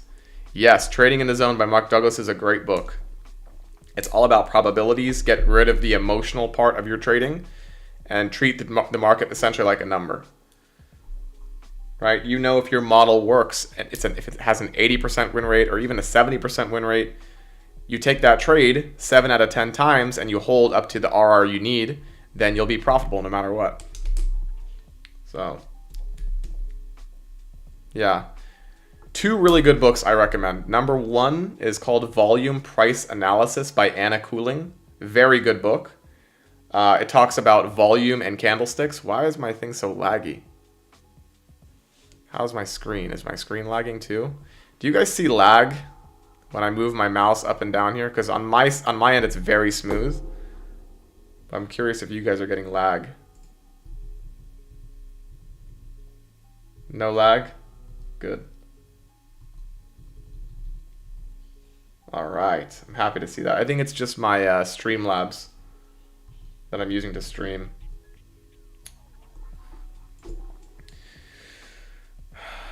So yeah, volume price analysis. It talks about. So I use this for swing trading. Okay, all the swing trades that I learned in Discord, a lot of them you guys will notice I talk about volume. So in the Discord section under the swing trades, I'm not going to show you all the swing trades if you're not in the Discord, but a lot of the trades that I do in there, stream is about 1 minute behind. That's YouTube, unfortunately. I don't know why that is, but that's what YouTube does. The good thing, guys, if you're in the Discord, again, when I get to 1,300 subs, guys, I'm going to be exclusively trading for the Discord members twice a week. When I get to 2,000 subs, it's going to be exclusive every day of the week to Discord members. But on Discord, it's instantaneous, so you won't get any lag when I'm trading with you guys there. It's basically in real time, so I love that about Discord. YouTube is really shitty about that. I don't know why it's like that. But yeah. And also, guys, when I hit 2,000 subs, the Discord price is going up from $19.99 a month USD to $25.99 a month. So if you guys want to lock in this cheaper rate, make sure you do it before I hit 2,000 subs. There's a tiny 1 minute IFEG here. I would not be surprised if this works, guys. I think we're probably in a buy model here at minimum to the top of the hourly. So you guys can try this if you want. Is it high probability? No. But do I think it's probably going to work? Yeah, probably. But I took my trade for today, guys, and I'm not taking anything else unless it's AAAA+. AAA+. Because, again, it was a smaller win. And I only traded it with 1 NQ. Let's say, guys, miraculously, we sweep London high here. We form a high up here, maybe equal highs, perfect equal highs, and then we dump down into the 4 hour. Ooh, that's going to be great.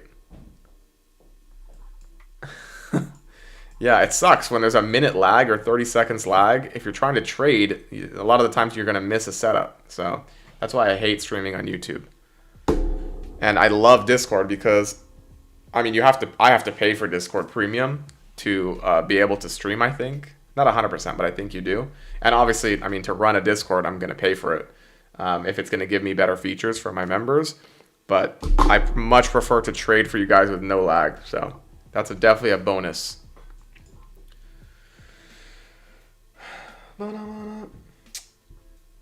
And yeah, so if you guys are new to trading, definitely read those 2 books. Volume and Price Analysis by Anna Cooling.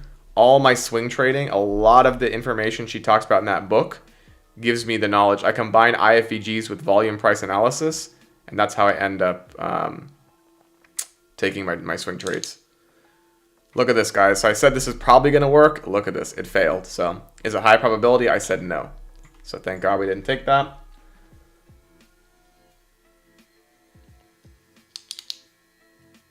Good, Sean. I'm glad to hear that. Sometimes you might not, but most of the time it should be okay. I just prefer, again, like if you're going to be trading, you're trading with money, with your own money, you want things to have no lag. Wow, this is a pretty big dump here.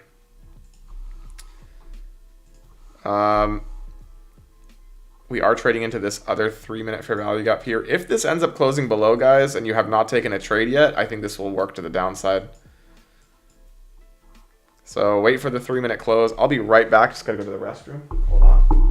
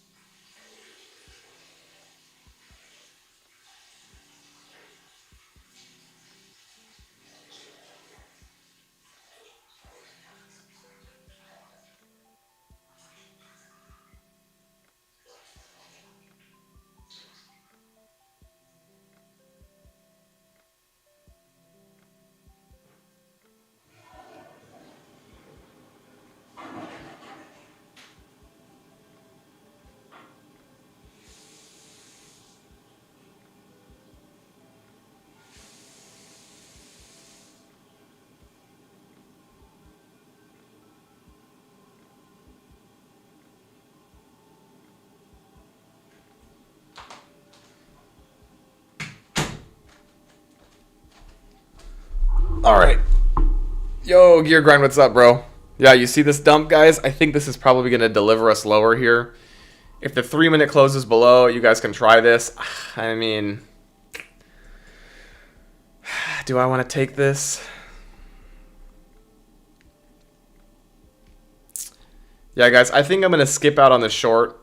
Only other trade I'm going to take today, guys, is if we end up sweeping this liquidity down here. If we trade into the 4-hour. That'll be where I'll look for a long. But apart from that, I think I'll probably have to skip, unfortunately.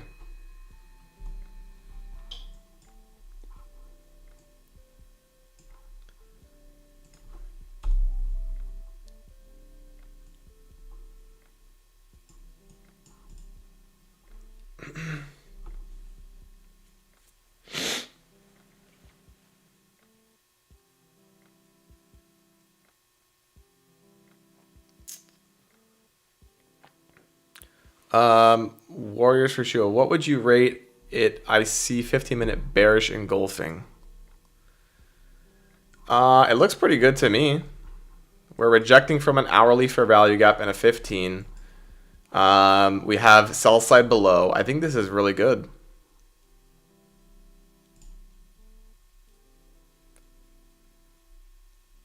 We have a pin bar that's forming here on the hourly chart. If this pin bar ends up holding, I think this will reverse to the downside.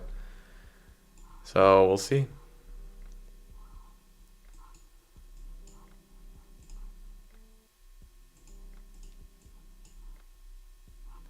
Five minutes. But good catch, Warriors for Yeshua. I like that you saw that. So the 5-minute did not close below yet, guys, but this looks pretty dumpy to me. This looks like this is going to collapse. Again, am I going to take this personally? No. I already have a winning trade, guys.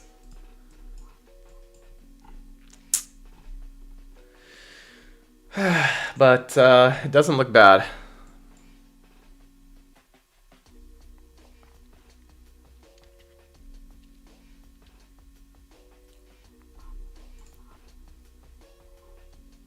Wow, why is this lagging so hard?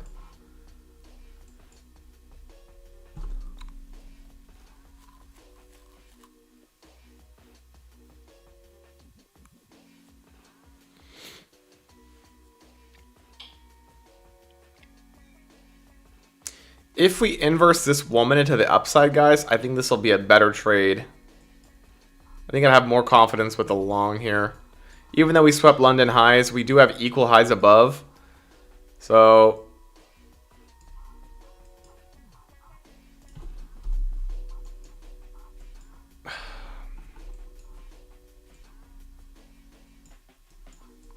Like, this is a very obvious fair value gap to me. So a lot of people, I think, are shorting in this fair value gap. So if we end up closing above this, guys, I think that's a pretty good RR. Stop to break even at the high of day, and then I would target the equal highs, personally. I think that looks good. But, of course, if this 3-minute inverses and the 5-minute inverses at the same time, then I think the short will work as well. So if you have not taken a trade yet, guys, I think this 3-minute short looks pretty darn good. Up to you if you want to take it. Again, I'm not taking it personally, but if we close below on the 3-minute, technically your stop needs to be a close back above this 3-minute. So it's a pretty big stop, but the RR is pretty decent.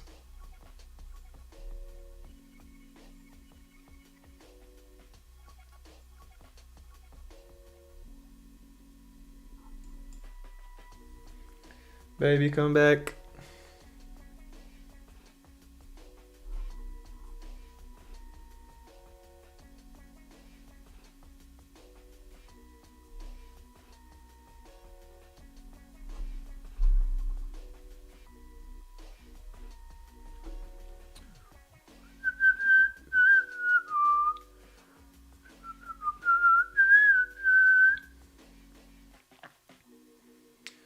I was strong, but I just can't live without you.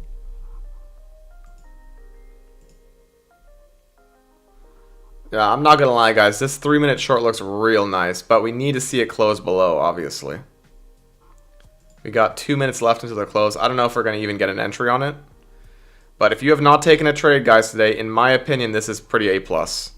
We swept London highs. Very bearish reaction. V-shaped, almost like reaction here. You can see the upside down V. I think this will probably deliver us lower if we get the 3-minute close.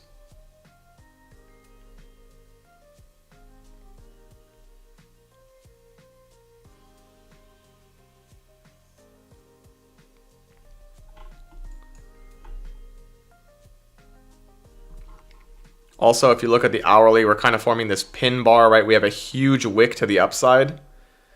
And we're closing in the bottom third of the candle. So this is like, I know you guys, you probably may understand this, you may not, but like a pin bar candle, if you break this down in the lower time frames, it looks like this, right? So this is like my model, right? The IFEG to the short side. Sweeping liquidity, IFEG to the downside. So if this pin bar holds like this on the hourly, we got 30 minutes left, then this should dump us. And you guys can see this is that pin bar setup, right? Wick, close below, and then dump. So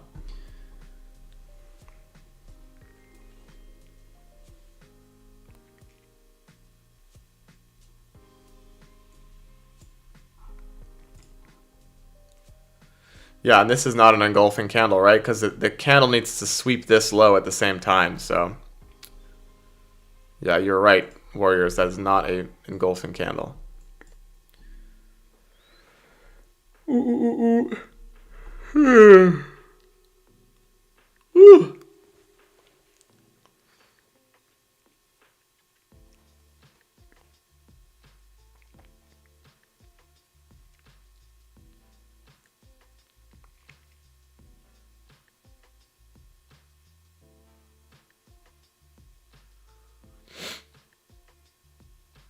Yeah, the pin bar looks nice. I might do a lesson on pin bars and the engulfing candles too, because those are really important. And it's pretty much the model, right? The sell model, the IFEG, it all correlates, guys. The candles and the models all correlate. So a bearish engulfing candle is like a sell program that I always talk about with an IFEG most of the time. And then the pin bar is like also a perfect 1 minute or 2 minute or 3 minute IFEG setup. Like this right here is like the formation of what a bearish pin bar setup looks like. But we need to see this 3 minute fair value gap reject and go lower and eventually close below.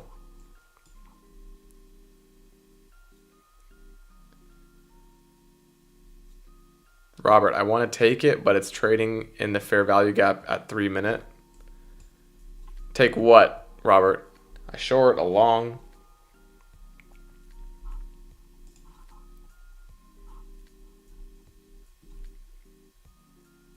Yeah, there's nothing to take. You can't take this 3-minute short unless we get a 3-minute close below this fair value gap. This PD array, this fair value gap is holding up price right now.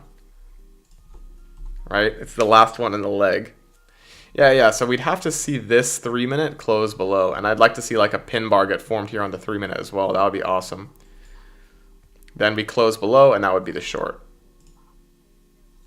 You can see that the hourly guys never close above the fair value gap here. So I have a feeling, guys, that this is going to inverse to the upside and we're going to get another long. But we'll see. Maybe this is a fake pin bar. I don't know.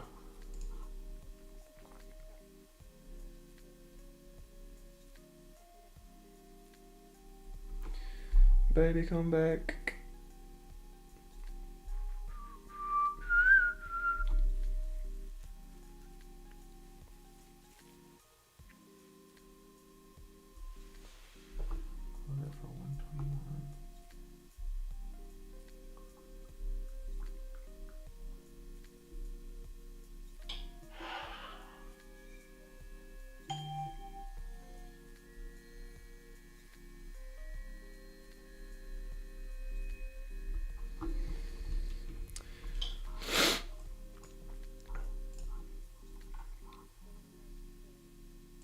But to me, this looks really good to the upside. So we're delivering from a 3-minute fair value gap. And if we get the close above, I would not be surprised if these equal highs hit. Yo, Chris, good morning, bro. How's it? How are the charts looking? Well, we took a 1-minute long. We booked like $300 in profit on this. A little light for a normal day, but still a good trade nonetheless. And now either we're going to be taking a 1-minute long or a 3-minute short, just depending on what happens. Did you take anything today, Chris?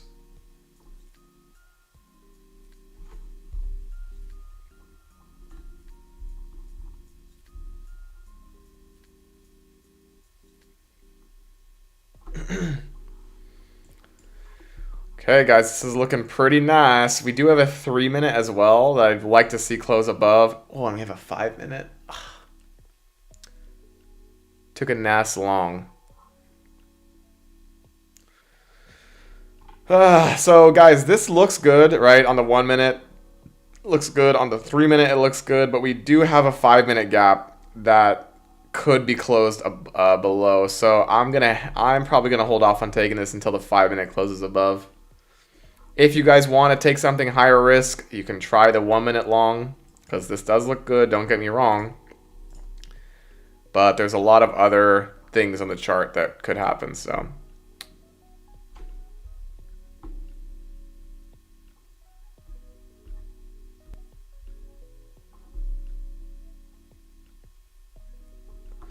Wow, very bullish reaction. Almost exact same one as you. Nice, bro. Oh, this looks really good to the upside, I'm not gonna lie. But the stop is so big.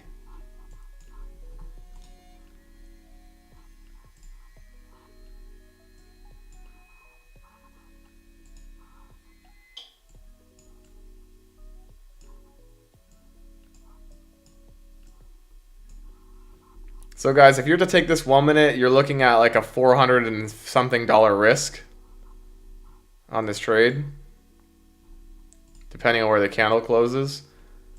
But I think this is probably going back up here, up to the buy side, and then I hope the equal highs. This could be the long, guys. This could be the long that takes us up to the equal highs today. We got 2 minutes till this candle close. Not a bad setup. But let's see where this 5-minute candle closes.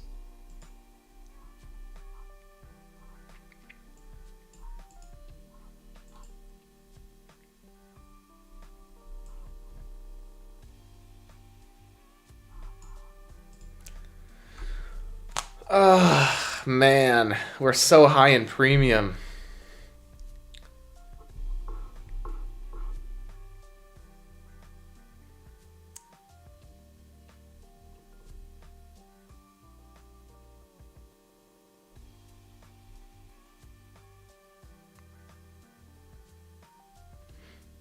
Guys, I can't wait for the market to come back down into discount. Whoa, did you guys see that? Holy crap, look at that. Wow. Did you guys see that candle? Holy shit. Oh, I love it. I love it. Everybody that took this 1 minute long, you're getting destroyed. Off of random news, probably. What is this? What happened? It's 7:40. What news came out? Guys, does anybody know what news just came out? Everybody that took this long just got destroyed. The 3 minute has not closed below yet. Jeez. You guys see why I worry about taking longs and premium of the range?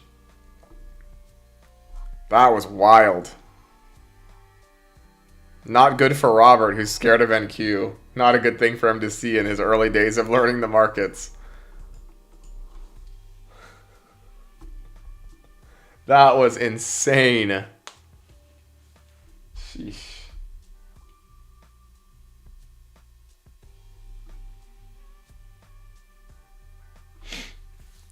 And imagine if we completely reverse all this again. Yeah. This is the PTSD, guys. The market is not all sunshine and rainbows, I'll tell you guys that. Now, again, did I take anything there? No. Because that's not my model. I was waiting for a 5 minute close above, and we never got it. So I also don't like to long super in super premium like that. So yeah. Welcome to the markets, boys.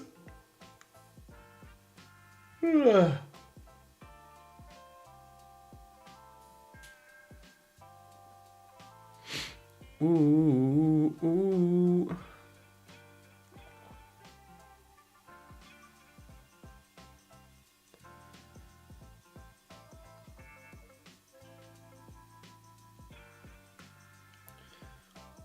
But yeah, guys, obviously I've told you this many times before, but look at where we are in this market right now, okay? We've been making higher highs and higher lows. We're in heavy premium of this general range, right? If you draw the 50% level from this candle's high to all the way down, this is discount of this range. Whoops, even lower actually. Discount is all the way down here. So do I want to take longs right now in this heavy premium of this range? No, not really. Does that mean if they're not going to work? No, they could easily work. We have equal highs above, but you want to be ultra selective about the ones you take. I know this woman IFEG works a lot of the times, and it did end up working. We booked 300 something bucks in profit. Now that London high has been swept, guys, I'm super cautious about this. Look at how we rejected perfectly from London. It's just like, this is not coincidence either. Yes, there was probably news that happened, but this is all algorithmic, as always. If this 1 minute inverses to the upside, guys, I don't think this is a bad long either to target the high of day, because everybody that's short the market thinks that this high is not going to get hit again. So don't be surprised, guys, if this ends up inversing to the upside and we end up going up. Everyone is trying to short right now. They're like, oh, this is a 2022 model short. I bet you this is going back up to this high. But we'll see if I'm right or wrong. Is my money on this trade? No, but still. You have to understand that like everybody who's shorting the market right now has their stop above this high. So what are the odds that this high is going to hit? Probably very high. This is called algorithmic price action.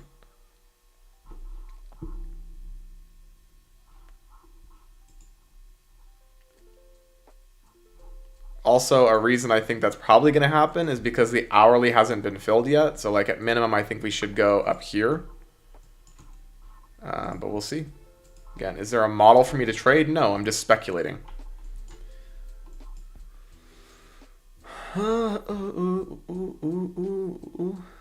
Yeah, who knows, bro? Who knows if the algorithms are changing?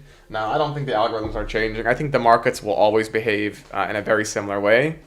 Maybe the AI gets better and it makes traders stop out more.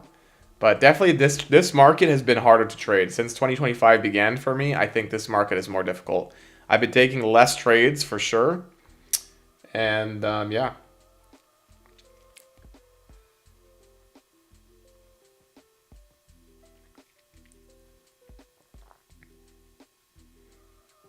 So far, guys, I believe I've clicked the button 2 times this week.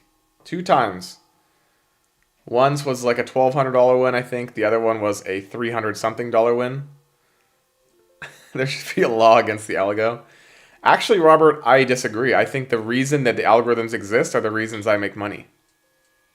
If the markets were truly random, guys, nobody would be profitable. Because it's like flipping a coin. You'd have a 50-50 chance of winning. The algorithms are the reason that I'm able to find setups in the market. Because I know what the patterns are supposed to look like, and I enter a trade based on the patterns.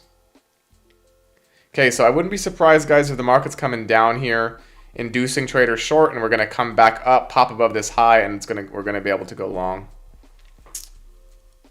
But yeah, it's all about, guys, Top Step has a saying, and I copy it now because I think it's so good. Their saying is trade for tomorrow. There's always going to be a better setup. There's always going to be something. There's always going to be another day where a setup comes that's so good that you can make way more money on that one trade than you would trying to scalp intraday like a lot of people do, like what I'm basically pointing to right now, saying this is probably going to happen, this and this is maybe going to happen, but all that is gambling. Okay, all I do, guys, is wait for obvious liquidity, high time frame liquidity to get swept, and I look for a reversal trade. The mentorship course, the free course I just made on YouTube that comes out every Wednesday, that is exactly what it covers. Simon. Oh, Simon, what's up, bro? Interesting. It's getting harder. Will it get to a point where you stop? Probably not, Simon. I think unless something like I notice something crazy different in the markets and that setups stop working and that all of a sudden the data that I've been tracking for years, my profitability levels go down significantly, then maybe I'll consider stopping. But until that point, I don't see a reason to. Robert, not when you use TradingView free 39 trail charting features. Wait, what, Robert? You got limited time to trade? I don't understand.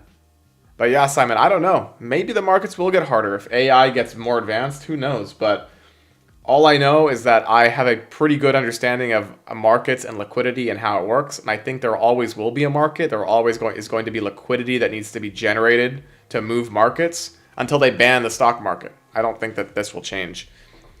It might get a little bit more complex, but in the end of the day, it's not about these intraday moves like this. It's all about finding the highs and the lows, guys. It's just keep the market simple. Find the highs and the lows, the peaks and the valleys, like I talk about in my course. Wait for one to get swept and look for a reversal to the opposite. Oh, yeah, Robert. I don't use the ultimate plan. I use I think I have the essential. It's only like $100-something a year. You don't need a bunch of indicators. You don't need a bunch of stuff. Trust me. Okay, so we just swept this low. Now, who knows? Maybe we go down here. We did inverse all the 3-minute fair value gaps, so actually this looks good to the downside, but I am not touching this, guys, right now. I want to see liquidity get swept, and then I want to see a potential upside trade. That's what I want to see.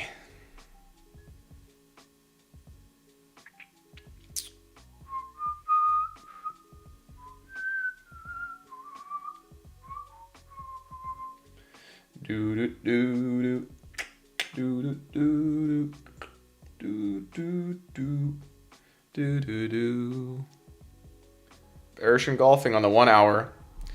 Yeah, but the thing is, Warriors, we have a while until, well, it's not technically engulfing yet. We have to see it close below. We have not closed below this wick. But this is not an engulfing candle until the hourly closes. So yes, it's nice to watch this, but you guys have to understand that the candle only becomes valid when we close. So first of all, we have to sweep the low of the previous candle to create a bearish engulfing candle. And second off, we have to wait for the candle to close. Like we could still wick down and then close all the way up here and it's not engulfing, right? We need to see it close below, I believe. Hey, hey, hey. Goodbye.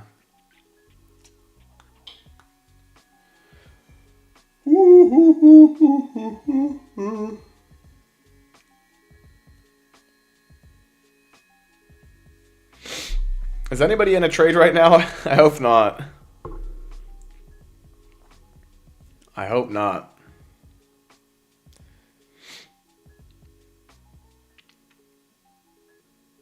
Good. Good, good, good, good, good.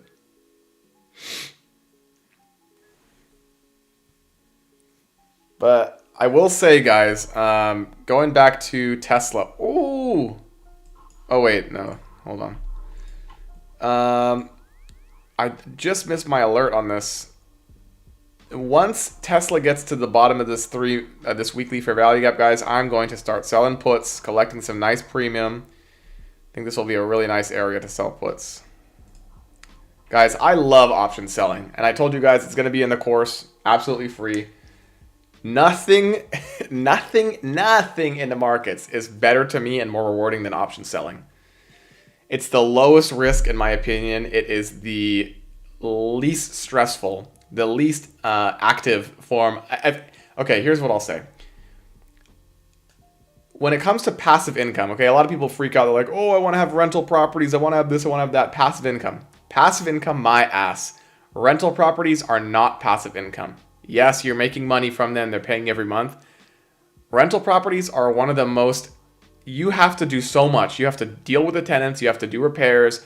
You have to deal with the management company. It's not passive income, okay? It's active income.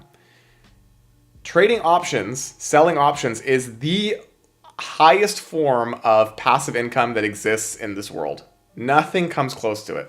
You click a button once, and that's it. You don't have to manage the trade. You can just look at it and just be fine. And it makes you income every single month. Worst case, you get to own companies you love at a discount.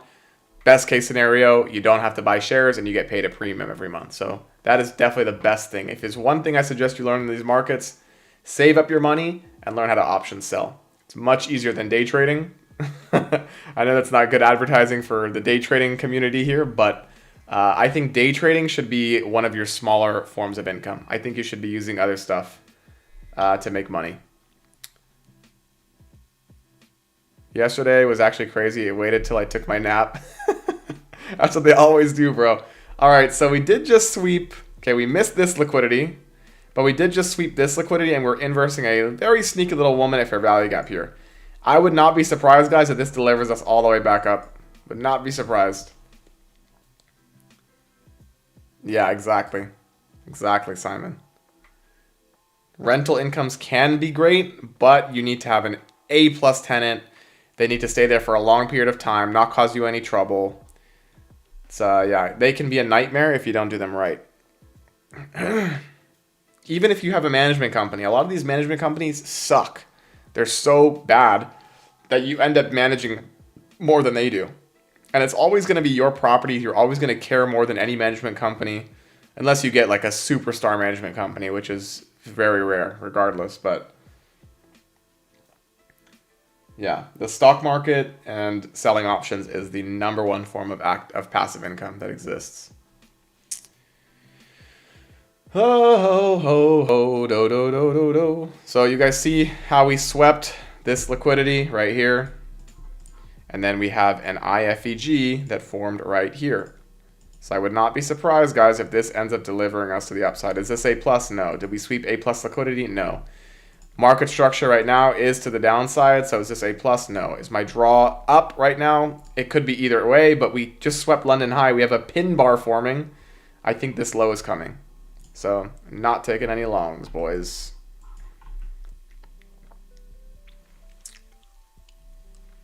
But yeah, what a tough day so far. Definitely did not give us money easily today. Yesterday was hard as hell too. Even though the market did pump really nicely, it was definitely tough.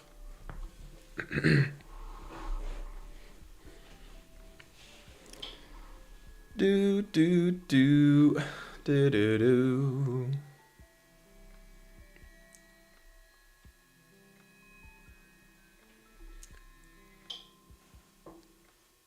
Charlie's built and owned duplexes, and they were a pain in the rear. Yeah, bro, the best thing that you can do with real estate is sell it in a bull market. Dump that money into the stock market.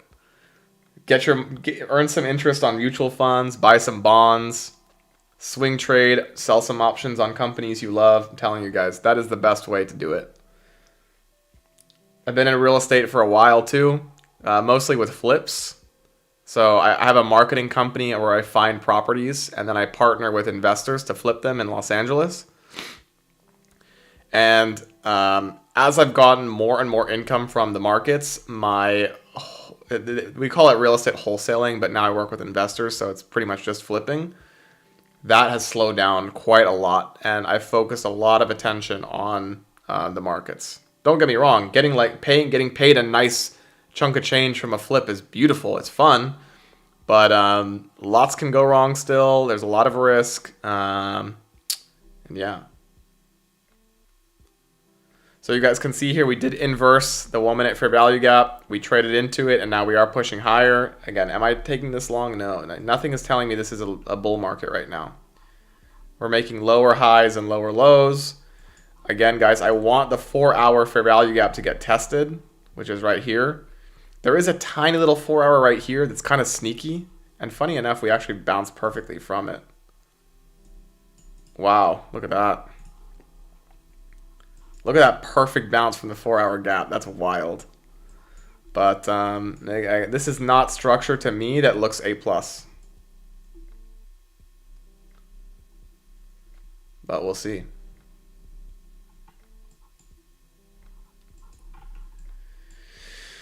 Ho, ho, ho, ho, ho, ho. Did anyone take this 1 minute long?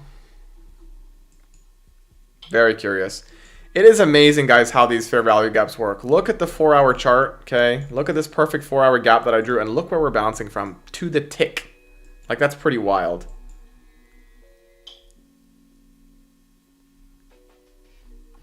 Sometimes, guys, I do like this structure. Sometimes I do. But just because of where we are, since we're in such heavy premium, I don't really like it as much. But this is, I'm not going to lie, this is a good RR trade. Okay, if you end up holding it all the way up to the high of day and then equal highs. But very hard for me to take this.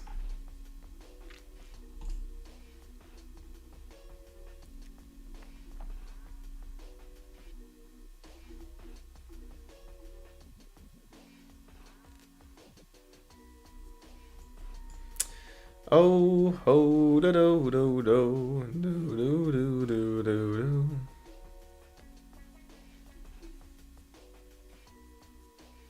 How's everything else doing today? Let's check it out. Of the Mag 7, I don't know why end phase is on here. Delete it.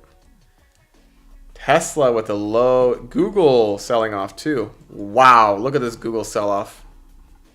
Damn. How's Nike doing? Nike doing what Nike does. How's the rest of the market doing? Hershey's up 4%. This was an interesting one. Oh, oh. Look at this IFEG setup, guys. This looks really good. This looks like the start of a potential buy model. I'm not going to lie. Oh my goodness. After sweeping buy sell side liquidity. Guys, I might be looking for longs on Hershey. You guys like chocolate? This looks really good. Mondelez International. This one. Oh, another sell side sweep. Wow. This one is also good for the long term, I think. You guys know, like, Nabisco, Oreo cookies. They own Nabisco, I believe. Bitcoin up to 97. What's the worst losers today? Ret Eco Solutions down 37% on the day. Roblox down 12%. Interesting. Disney down. I'm looking on for a swing trade on Disney, by the way, guys. I think this will be a good potential swing trade for later on. Wow, PayPal collapsing. So glad I'm out of that stock. We took a swing on that.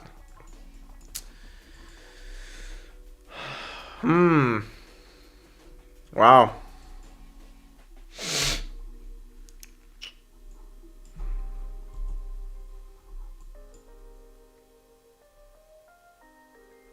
I wouldn't be surprised if this works to the upside. But look at these candles, like... This, like, imagine being part of this market right now on the hourly. Look at the wicks to the upside and the downside. A lot of people get stopped out on this stuff.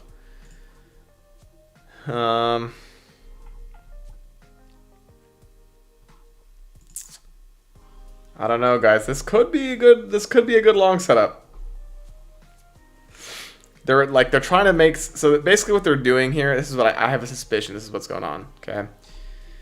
They're trying to stop traders out from longs by sweeping the London high, and now everyone thinks the market's going to reverse, but they really, on the higher time frames, are trading into this 4-hour to deliver us higher. So guys, if you really want to try something, you can try a long here. Stop. Your hard stop would be below this candle's low, and just let it go all the way back up.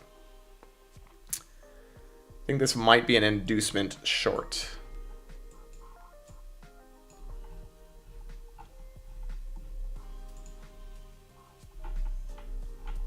I really think this might be inducement. How's the 5-minute looking? Nah, nothing on the 5. I don't know. I'm not really comfortable with this, guys, just because of where we are in the markets, but I think this will probably work back up to this high and this high, if I had to say gun to my head. We about to close below the last hourly candle. We swept the high of the last candle. That's a bearish engulfing. Let's see. Guys, we did not sweep the low of the hourly, so this is not a bearish engulfing. And the candle just closed. This is not a bearish engulfing candle, guys.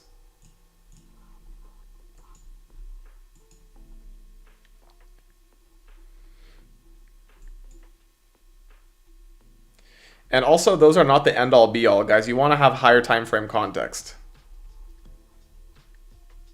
I'm not sure. Warriors, I'm pretty sure to have an engulfing candle, you have to close below and sweep below the previous candle's low.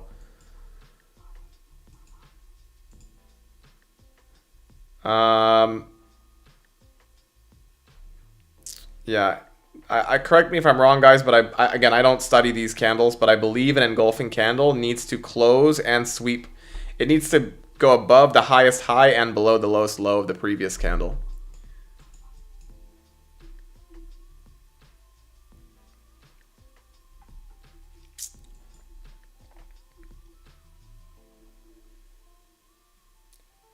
But again, I'm not interested in definitions. I'm interested in price action, and I have a feeling, guys, this is going back up.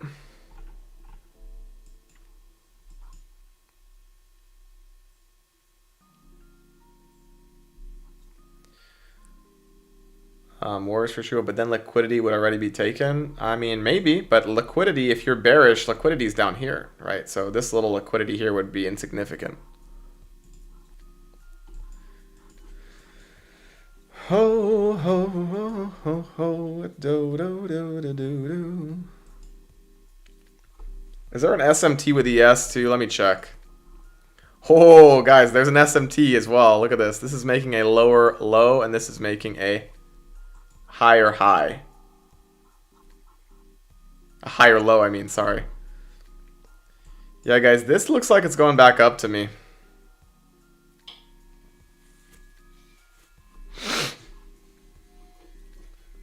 Yeah, I think this is going back up.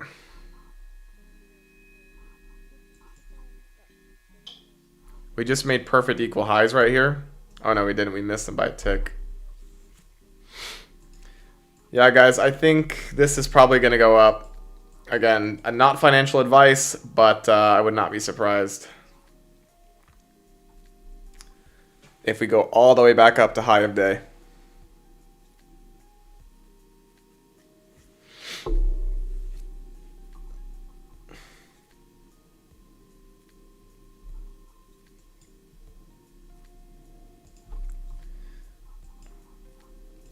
So especially if this 1 minute fair value gap gets closed above.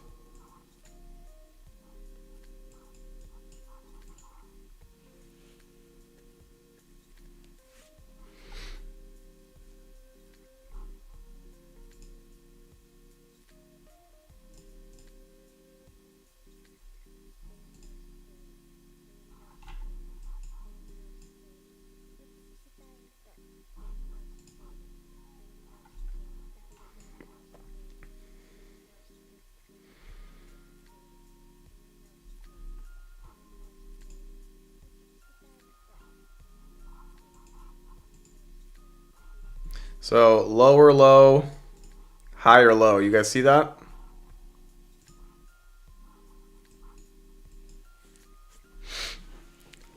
Let's see what happens here again. Am I in a setup? No. But I would not be surprised if we end up going back up to the highs. I am hungry. I don't know what's been going on the last few days. Been pretty ravenous.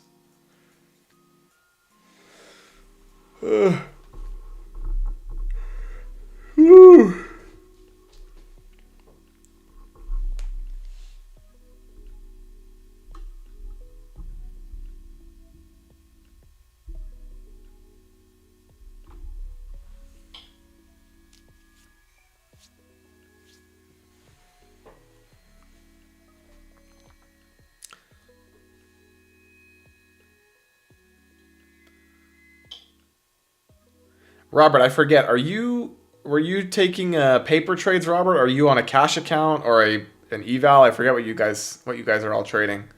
But I know Robert is the one that's scared of the markets, which is fine. We're all scared in the beginning.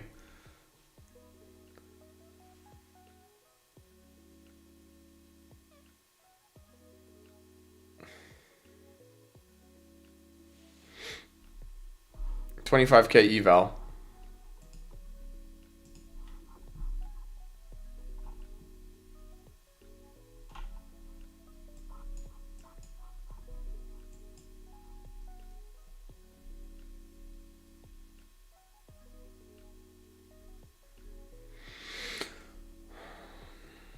Yeah, I think this is probably going to go up. I would move my stop to break even, Robert. If this high gets hit, I would move my stop to break even because if this high gets hit, we should close above the 1 minute and go higher. This is the PDA that's holding down price. So, yeah.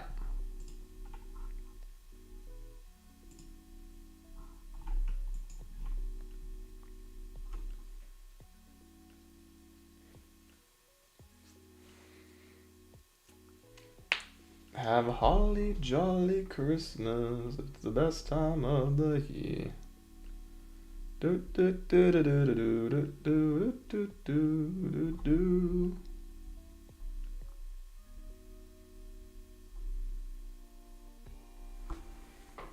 Yeah, so I would if guys we get a close back above this, I would move your stop to break even if you're in long. Stop is at 21,574. What are you guys trading? Oh, he's an MNQ. But no, still. 574. Did you write that correctly? I think you meant 754. Look at the numbers here, guys. If your stop is at 574, your stop's all the way down here. That's not a good stop.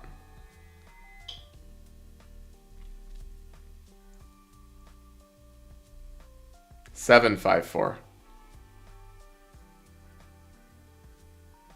Yeah, I mean, your stop would be below this 1 minute fair value gap. That's fine. But the entry was here, Robert. So by entering up here, it becomes much more risky, right? Right? You guys see how the entry was on this candle? 1 second.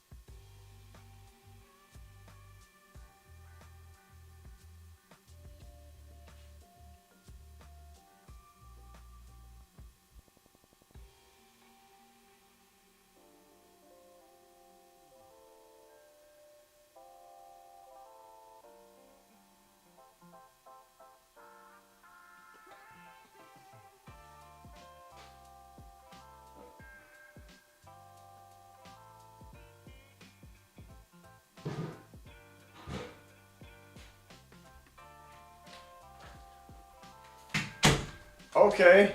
Okay. All right. Yeah, guys, I think this is gonna go up here.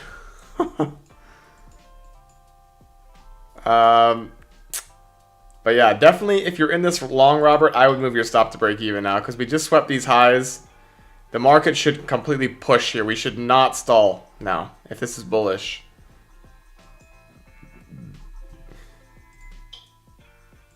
We should not stall.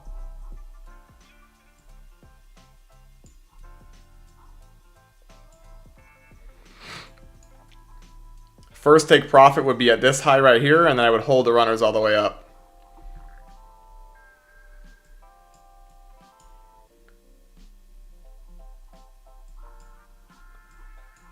Nice pump there. I love to see that.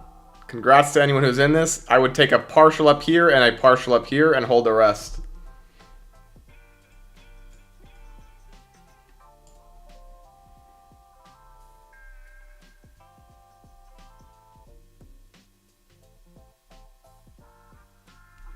Robert, how fun is it to...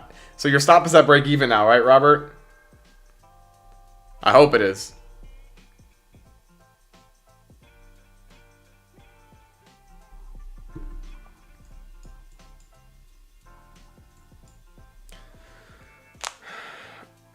I moved stop to break even on the top wick of the green candle next to the current one.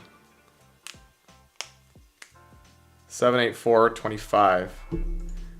Your stop should be here, Robert, now. This should be a breakaway gap. I don't want to see us trade back down here. If we trade back down, this whole bias shifts for me. This is a long setup technically, guys, now. If you want to enter, you can. Stop to break even at this high. But this was the real entry right here. But we'll see if this ends up pumping us. I think it will. I really think it will, guys.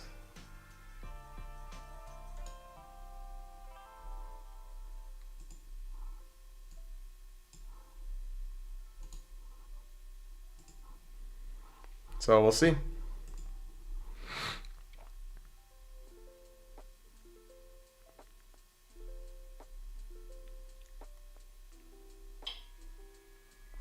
Yeah, I know Warriors for Yeshua is kind of, he's suspect of this because he sees this, what he believes is a bearish engulfing candle and a pin bar, which it looks pretty strong, but I have a feeling, guys, this high is going to get swept.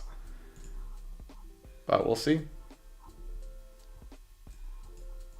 Could be wrong. So I don't like to see this, right? I would have rather seen this completely push here. I didn't want to see this wick down like this.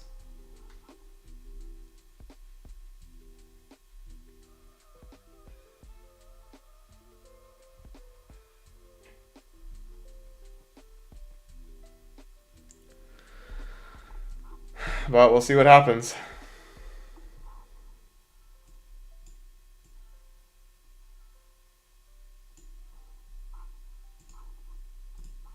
Okay, so if you guys are in this trade, guys, I would move your stop to down here. I don't want to see this come down any lower than that. Good job, Robert.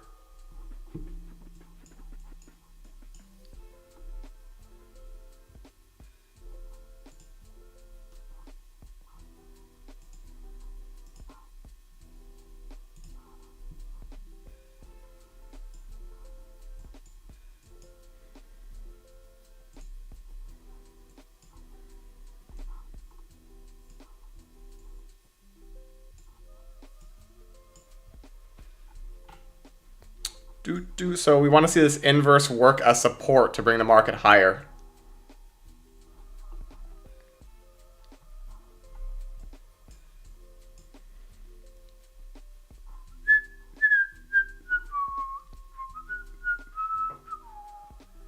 That was a sneaky candle here. I think this was used to stop traders out before it goes up.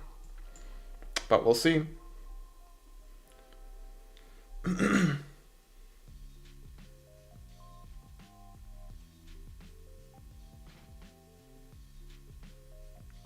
If you're in this trade, guys, for sure now, if your stop is not a break even, it should be here.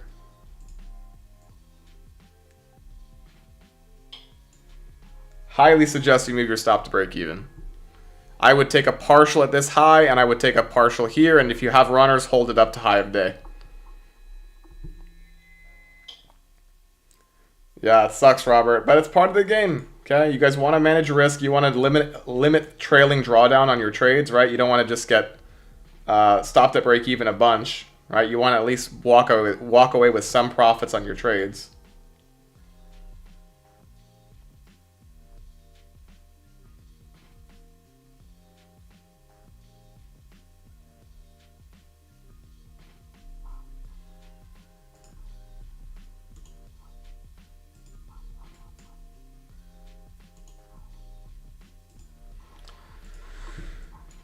But you can see this woman IFEG worked. Remember I said, guys, I think this is going to work to the upside. Then another IFEG you could have entered. Stop to break even technically is a close back below, but I did not want to see this come down. That's just part of my risk management when we're in heavy premium, but yeah.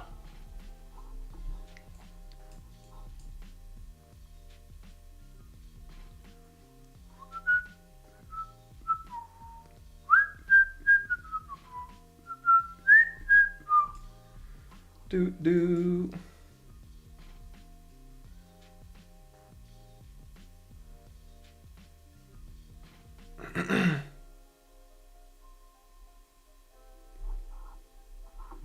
So again, once we hit this high, we'll see what happens, but I really don't like this stalling. I want to just see it move here. Maybe they're just trying to induce more traders short. I don't know, but I'd rather just see it run. Take out this high and then take out this high. Because you have to think a lot of people saw this 1 minute IFEG short and they took the market down, and now they're basically praying that this high doesn't hit. So that's why I think this high will hit.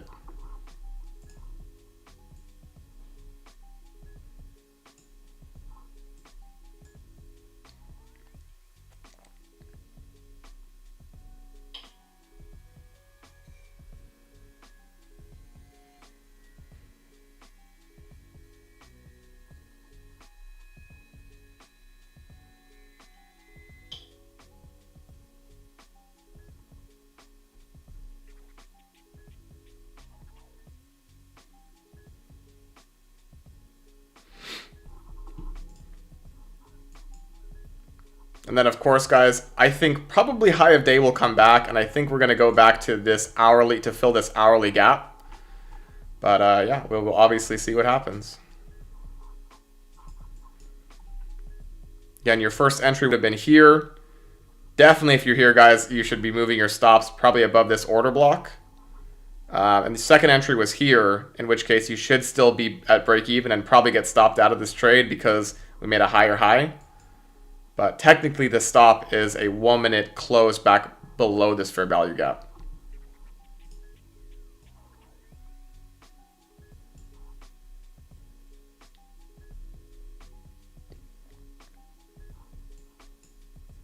I really want to see the market pump here up to this high, because everybody that's short, again, has their stop above this high, right?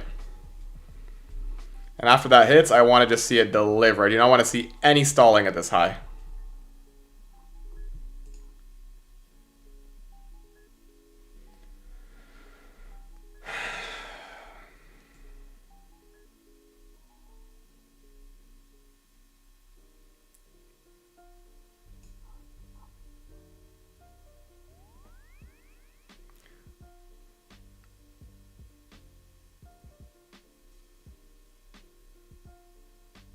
Come on, market. Pump it. Let's go. Pump it up to this high. Again, this is where all the shorts have their stop loss.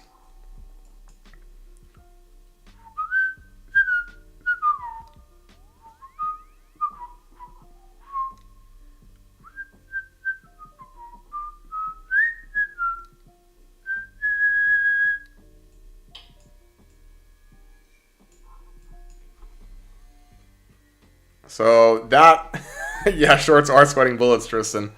So that is that first high, guys. And I think personally, I mean, the market could easily reject from here. Don't get me wrong. But personally, I believe that this high is probably going to hit. Am I in something? No, but that's just what I believe.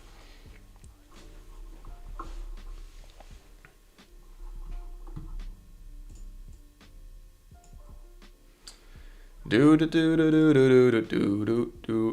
XD Sman 2T3, can you please do Forex? Bro, I will tell you guys right now, okay? One thing, if I could go back and tell my old self, get the hell out of Forex. Forex is the worst thing you can be trading. Worst thing. The spreads are disgusting. You get stopped out. You get wicked out really easily. I think it's more confusing, to be honest. Even though a candlestick chart is a candlestick chart, I'm telling you guys, just switch to futures. Please, please, please, please. I wish, like, I want to just like go back to my younger self and scream at him. Just get the hell out of Forex. Most people that trade Forex, if you see them trading on like an MT4 platform, they're fake traders, meaning that all the money that they're making is fake. I'm going to show you guys right now one of my accounts, okay? Hold on 1 second. Okay, this is Thinkorswim platform, okay? Thinkorswim. Let's see if I can, if this is not, is it blurry or not? Can you guys see that? It's a designated beneficiary account. Ugh, is it blurry? There's almost 100 grand in this account, okay? I don't know if you can see that. I wish you could. Okay, this is a designated beneficiary account. MT4 platforms on Forex are all fake. Every trader that you see with an MT4 platform, 99% of them are fake. They have a deal with the broker and they do this whole nonsense thing, okay? Don't trust most of them. The spreads are shit. You end up getting stopped out. All you need is ES and NQ, I'm telling you right now. But yeah, guys, I think this is going higher. I think we're going back up to this high because everyone that's short the market has their stops above this high. So we'll see. But Tristan, I used to live in a hardcore ghetto when I was younger, and a lot of my friends tried to get me into Forex when it was a trend for a certain... Bro, do you guys follow Drewski on YouTube? Do you guys know who Drewski is? He's like a funny black dude. He's a comedian. He's like, now he's like getting pretty big with Kai Cenat, and he did like a live stream with, what's his name? What's that short guy's name? That's really funny. Bro, how am I... Bro, Tristan, I watched that and I was like, oh my God. That's not just that community, but everybody. There was a time when like some of my college friends were trying to get me into... Kevin Hart, there we go. There was a time when my friends were trying to get me into Forex, bro. Fuck that shit. It's the worst. Donnie Cash, Kevin Hart, yeah. Tristan, that's so funny, bro. That is actually hilarious. I love Drewski. Drewski's like of all the funny dudes on YouTube, whatever, comedians, skit guys, Drewski's the best. I think he's the funniest motherfucker. Sorry. Funniest guy in the world. Am I allowed to curse on YouTube, guys? Are you allowed to cuss on live streams? I don't even know.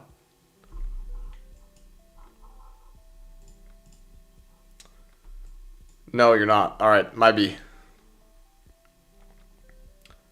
Might be.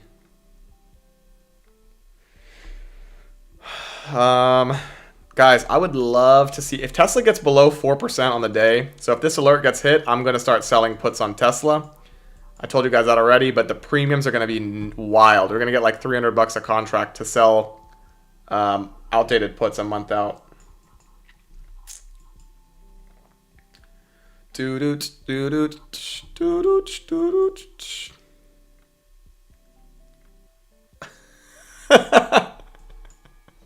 Bro, it's hard. It's hard not to say stuff.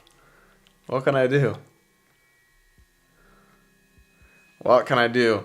So guys, again, this is the 1 minute long. There was an SMT with ES. That was the entry. Stop loss 1 minute close back below. Did I take it? No. There was another entry here.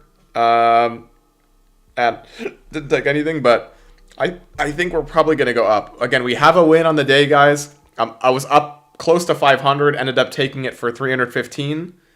And am I in any urgency to take another trade? Absolutely not.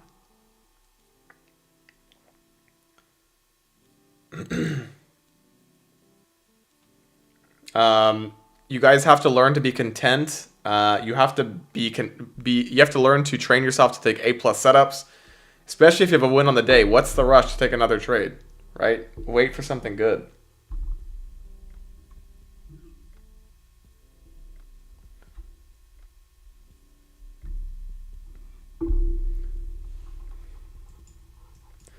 But yeah, Drewski is so funny.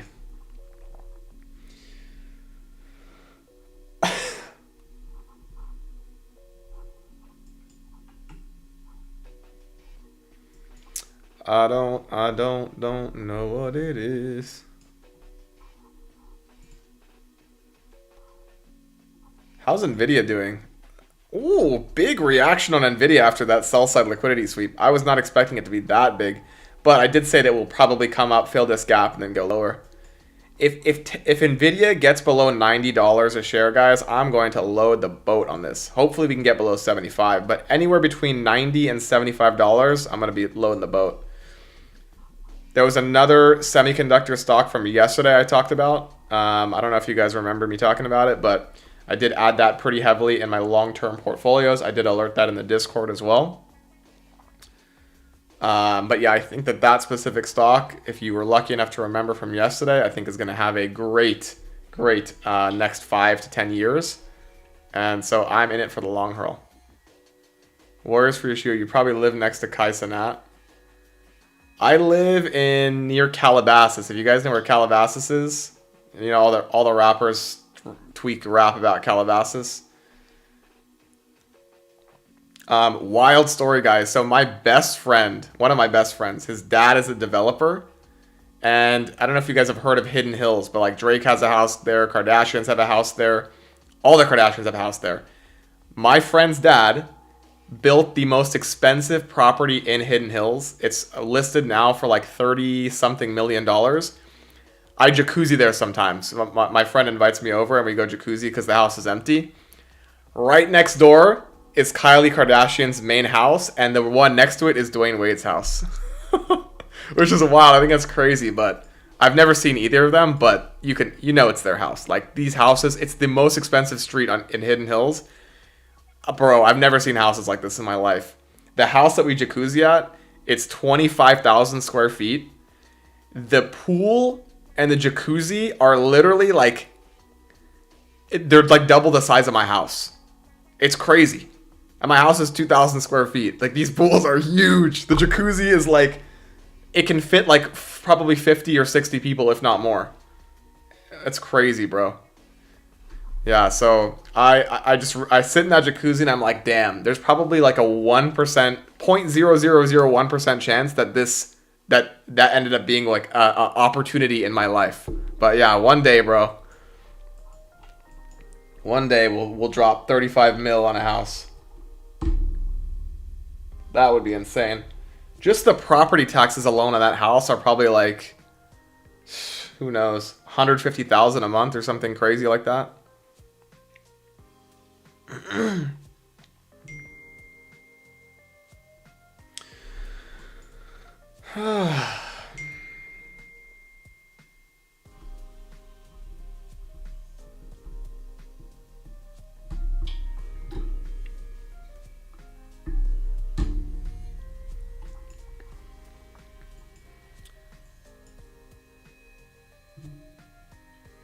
Guys, I think this is, I genuinely think this is just coming down to try and stop people out, and I think we're going to go higher here. If you want to try another long, you can try this 1 minute inverse. Again, I don't think it's A+, but nonetheless, I think it'll probably work. But we'll see. Let me look at the 3 minute. Yeah, nothing here, guys, really. I wish I could enter a trade, but there's nothing.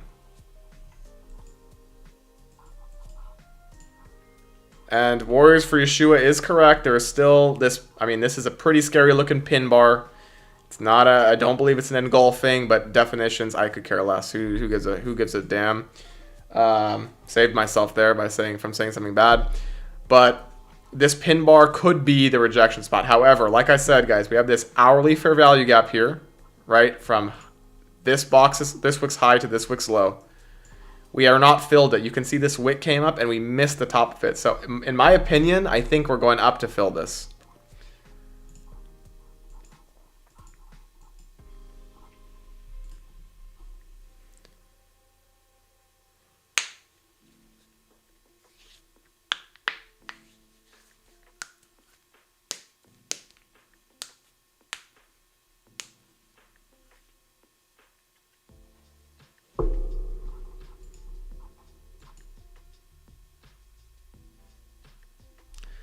I hope that guy XDS man T3. I hope I didn't scare you away with my Forex thing, bro.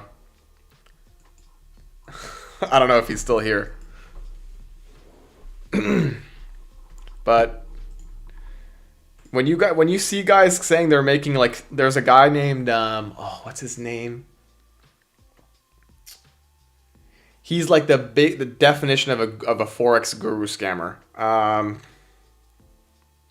Damn, I forget his name. But he always wears hats in his videos, and he's like dropping like $70,000 days on the regular, all on his MT4 account. I'm telling you guys right now, these guys are BSers. BSers.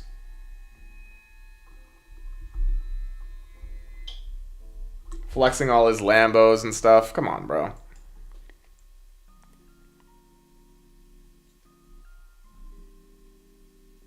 Yeah. The guy that buys a shit ton of cars. Not Lambo Raul. There's Lambo Raul, I know him, but there's another guy, a white dude.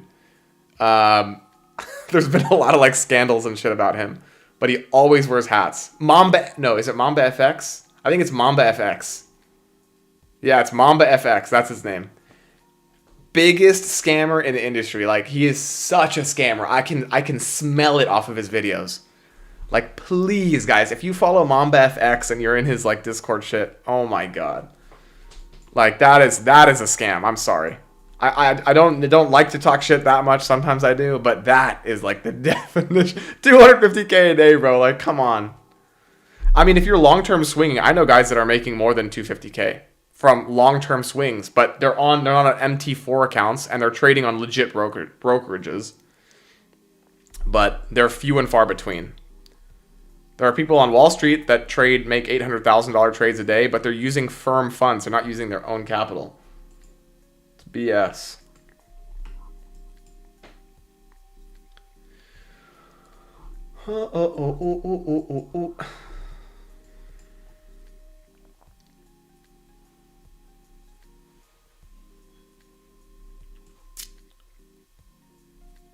So if this woman inverses to the upside, yeah, it's definitely praying. Okay, listen, if you have a legitimate strategy and you're actually providing value, by all means. But if you're scamming people and you're pretending like you have this system that makes you $250,000 a day, like, come on, bro. You're like, but honestly, I blame those people. If they're watching his videos and they're like, wow, this guy's the shit. He's making $250,000 a day. If you watch that guy and you genuinely believe that, you deserve to lose your money. Sorry. And like all these people on X, bro, how many of these big gurus or whatever YouTube guys have their followers lose money to people scamming them? Like, if you get a DM on Discord, okay, just like wake up for a second. If you get a DM on Discord from some big trader randomly hitting you up saying, "How was your day? What were your trades today?"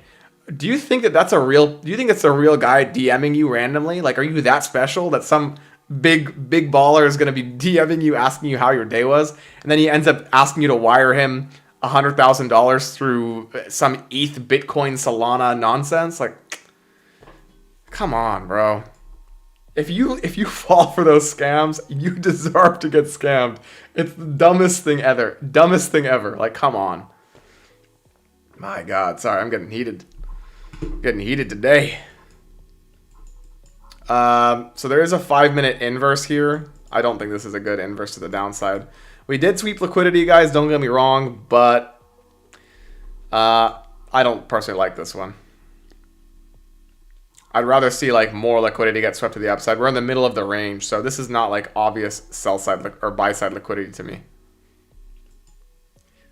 Has anyone here in this chat ever got scammed by a Discord scammer? Type 1 if you got scammed by a Discord scammer. Don't be shy, guys. I want to know.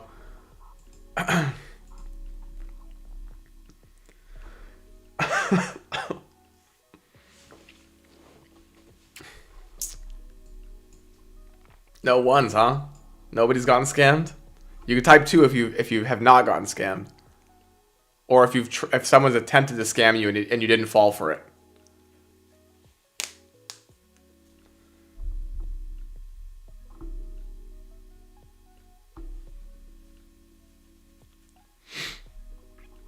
Maybe some penny stock garbage. Okay, there was a 5-minute close below, guys. If you want to try a short here, it possibly will work. Good, Robert. Good, good, good. Yeah, me neither, Tristan. Thank God. I mean, listen, some of these scams are good, okay? I did get an email. I'm sorry, not me. One of my friends got an email from Facebook. It was like it looked like Facebook asking to verify your account. It had the whole, like, these special links at the bottom that looked like exactly like it was sent from Facebook. There are some social engineering scams through email that actually are good that I don't blame you for falling for. But these Discorders, bro, that are from like Thailand or some Philippines or Vietnam, going, "How was your trading day? How you good today?" Like not even speaking broken English. If you're falling for that, you're an idiot. I'm sorry. Unless you count when I had to have a joint bank account with my gambling addict mom. Ooh, that sucks, bro. Ooh, did she take all your money?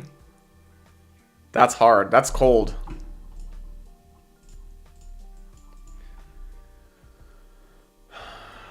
Yeah, guys, I think this is probably going to fail to this low.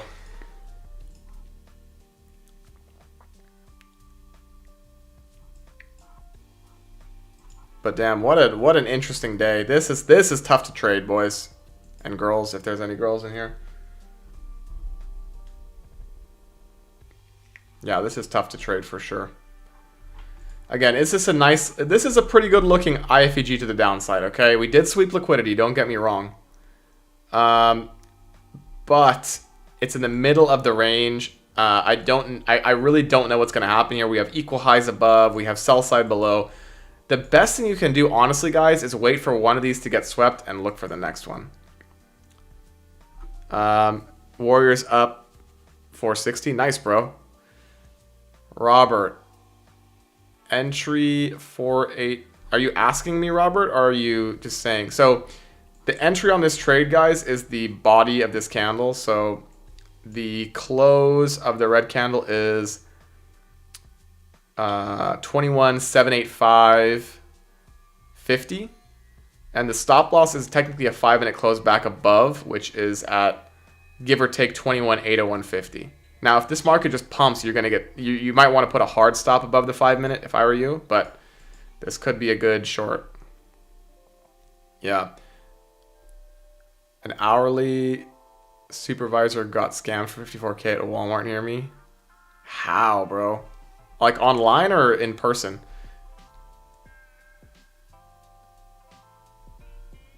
Okay, look at this dump, guys. This should be good. Robert, if you're in this, I would definitely have your stop to break even at this low on the 5-minute. Maybe take a partial there if you want, and then I would hold it all the way down. Because if this is going to collapse, it's going to collapse here. Over the phone, crazy.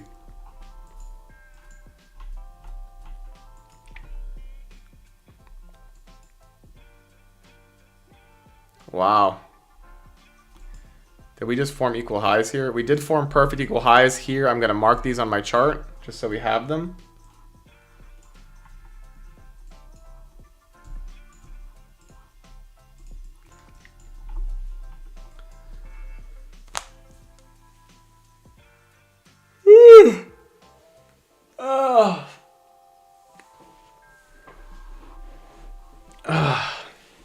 But yeah, guys, you definitely should have your stop at break even now. If this market is going to collapse, we should not come back up to this entry. We really shouldn't. We should just deliver down.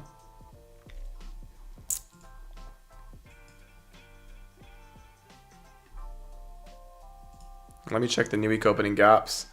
Ooh, we are at the bottom of a new week opening gap. So this could, in fairness, this could act as support. Could. But yeah, I would definitely have a partial off at this low, and I would just leave the rest.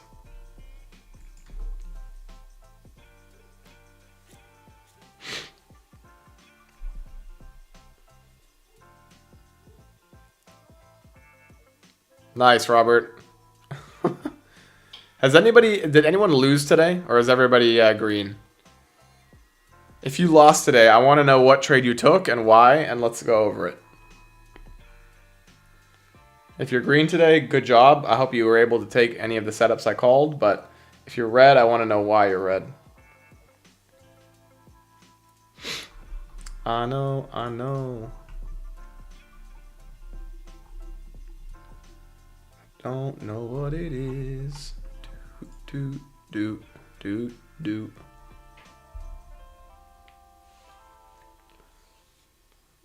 Yeah. So we are forming like trendline liquidity here. So you guys can see it like this. This is engineered, right?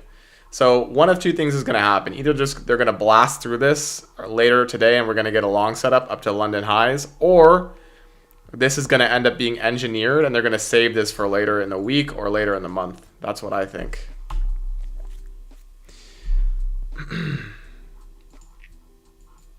So if we end up getting a close above this 1 minute fair value gap right here, I think this will be a good long up to London highs.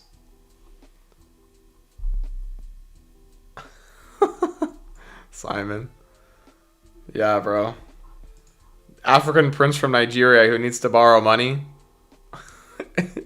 Bro, I wonder what percent of people, I wonder how many people have fallen for an African Nigeria, Prince of Nigeria scam. How many people, if you had to put it, do you think it's like on like more than 100 people have fallen for the Nigerian prince scam? Oh, that's hilarious. So do you guys see how we're like basically forming perfect lower highs here, and it's basically like a trend line here? This concept is called low resistance liquidity. Okay, it's like perfectly engineered highs. And basically what they do, some people think this is a bull flag and they try and enter, but in theory the retail concept is we break out, retest, and you go long, which, I mean, I think it's good. But for me, what I see here is this fair value gap right here is the last PD array holding down price. So if we're able to close above it, that's my official confirmation that we're probably going to go up to the next two highs. And if we can combine that with a liquidity sweep, like let's say we come down here and sweep this low and then go up, that'll make it even better. So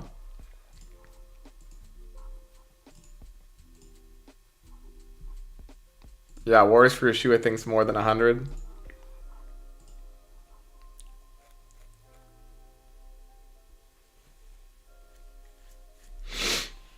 Yeah, who knows, bro? Wouldn't be surprised. There's a lot of stupid people in this world. Lot of dumb people.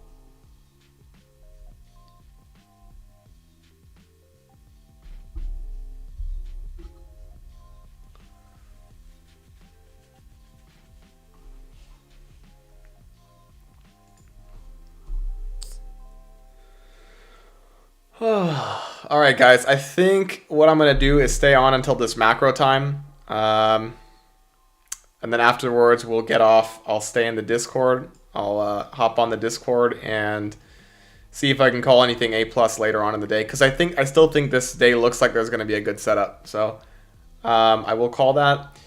Damn, yes. I had a restaurant in 2019, signed up to Just Eat, and you get promoted. I get a call a week later to confirm my business bank details. I nearly fell for it. Wow. Crazy, bro.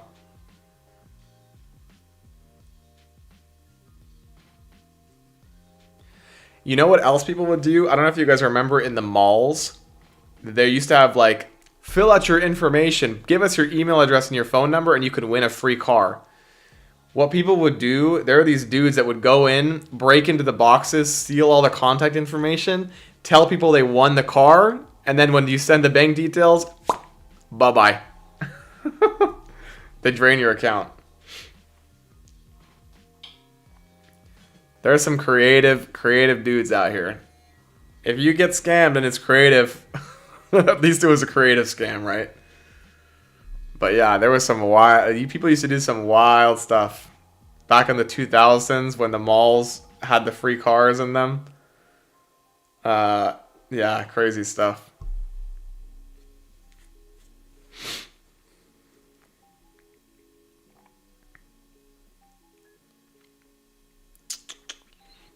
So we're bouncing right now from 8:30 open. This could be where we deliver from, guys, to go higher.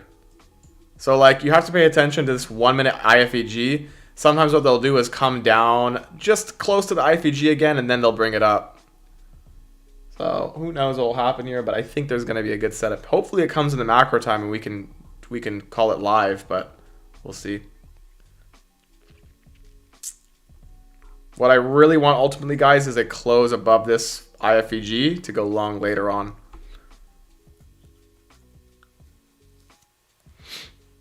Okay, so again, trying to stop out people who are long from this 1 minute fair value gap.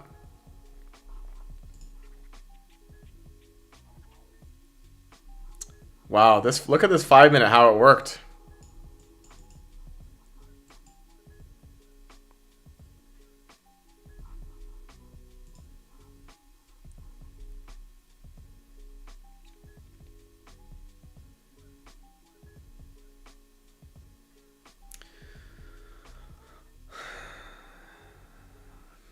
Warriors for sure. Damn, I played myself. Why? Did you fall for the car scam? Warriors for Yeshua?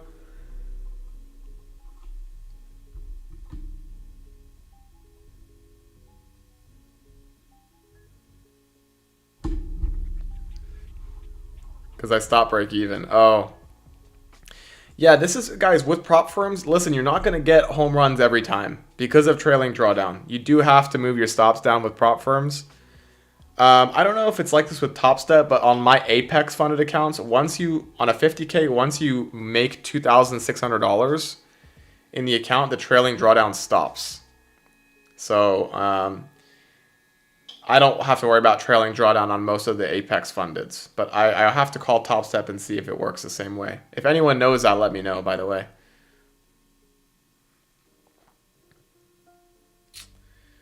So now everybody who was long on this 1 minute IFEG is stopped out, and I would not be surprised if this is where they deliver the market higher now. Would not be surprised. Again, is there a setup for me to take? No, this is all speculation, guys. It's just tape reading, trying to understand what is the algorithm trying to do, okay? Yeah. So I just looked to myself, what is the algorithm trying to do here? We know a lot of people are long from this general area, so they're trying to come down and stop people out, sweep liquidity, and maybe now we get the inverse. I don't know if there's a 30-second long or anything on Top Step. Let me look at my Top Step X account.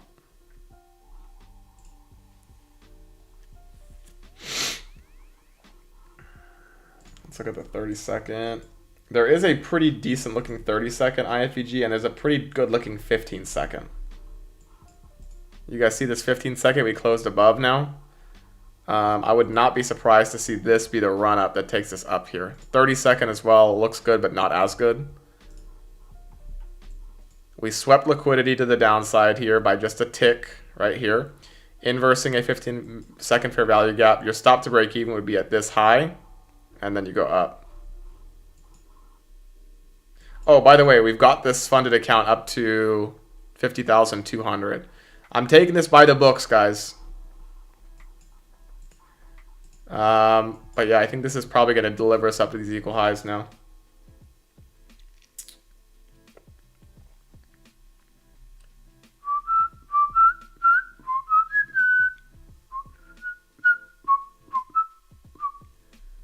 So you guys see how the 15-second works? How I'm zooming in because the 1 minute, all we see is this wick, right, after sweeping this liquidity. But if we zoom in, we can see liquidity got swept to the downside, liquidity got swept a second time, 15-minute IFEG, and at minimum, we should go to this high. And you can see that we did.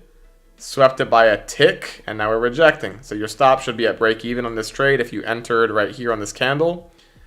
You really shouldn't get stopped at break even. This should just go, but it's a free trade now, right? So that's how I use the shorter time frame sometimes. And there is a close to getting stopped out, but not quite.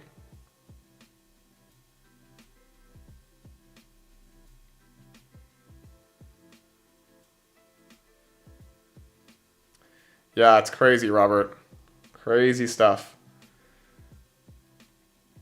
This came from years and years of looking at the screens, okay? Like, and now I can just look at this and I know what I'm looking for. But again, it doesn't come overnight, right? To see this setup, like this is what I'm talking about, guys. The market runs on an algorithm, okay? Let me explain it right here, just in this 15-second section, okay? A lot of people see these candles, they are induced short. So what does the market do? It wants, the goal of the market, the goal of the algorithm is to cause as much pain as possible, make as many people lose as much money as possible.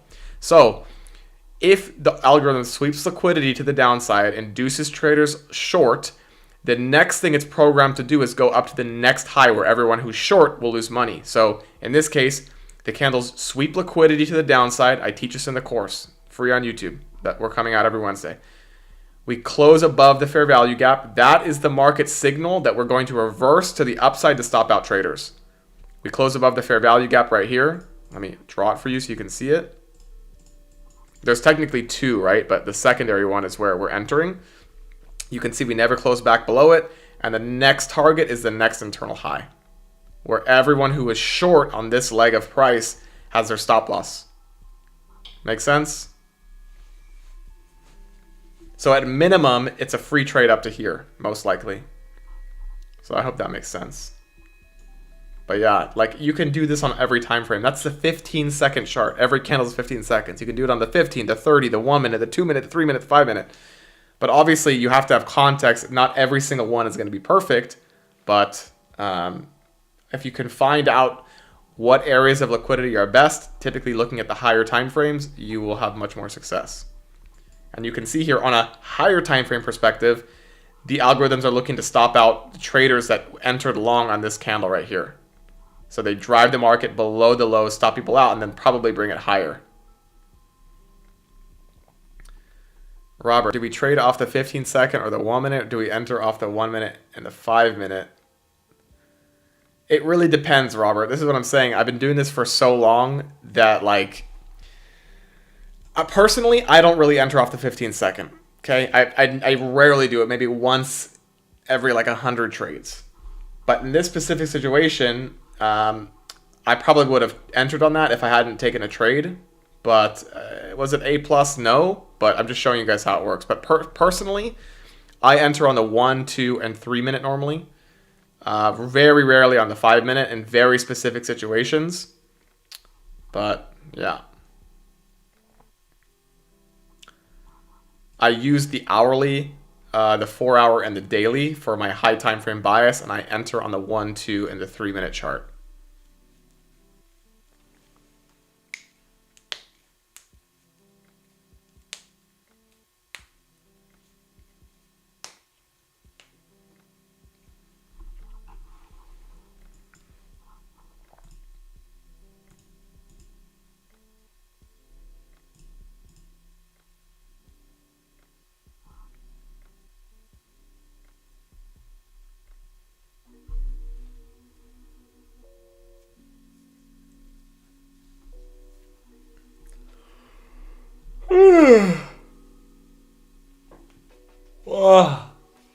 Wow, guys, I'm ready to eat. Yeah, so once this macro's over, guys, I'm going to head off the screen. We got just about 17 minutes, give or take, I think, until this closes, until the macro's done.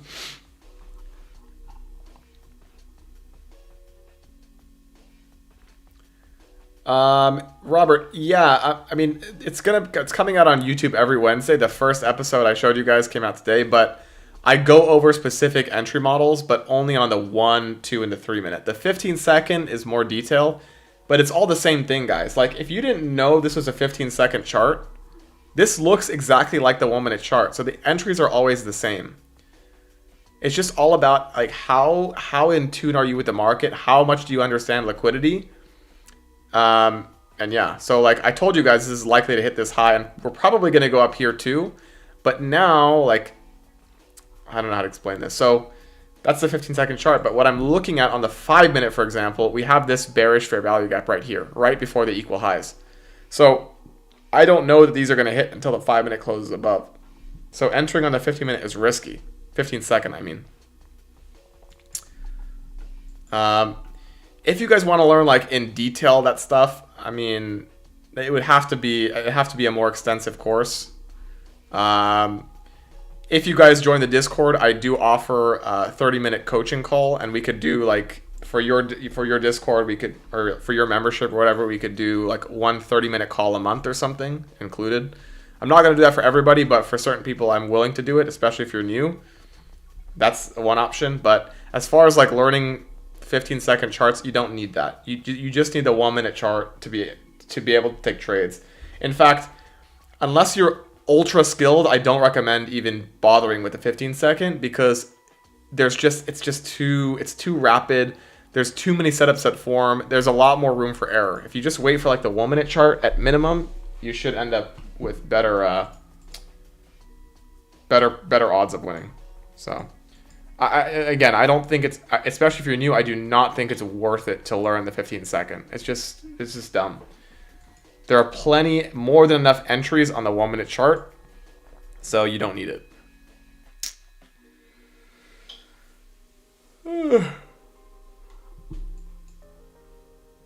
Man.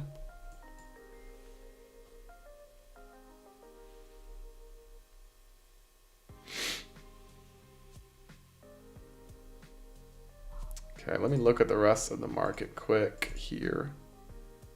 Eli Lilly up 5%. Tesla still down. Enphase at 66.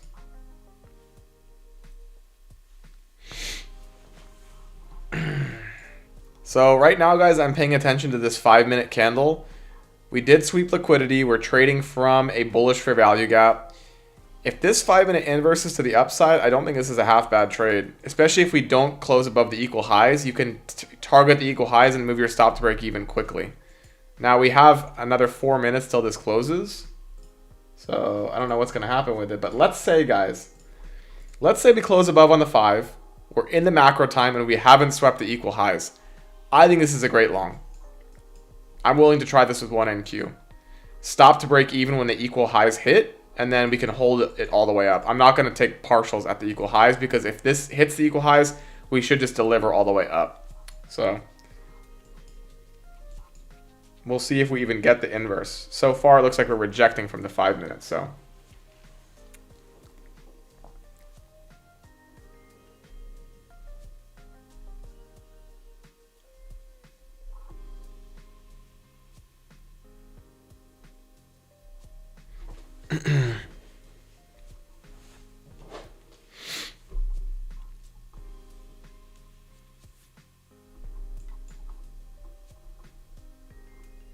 but I'm happy with the trading day today, guys. Again, we took one setup, booked our profits, and everything else is tape reading until something A+ happens.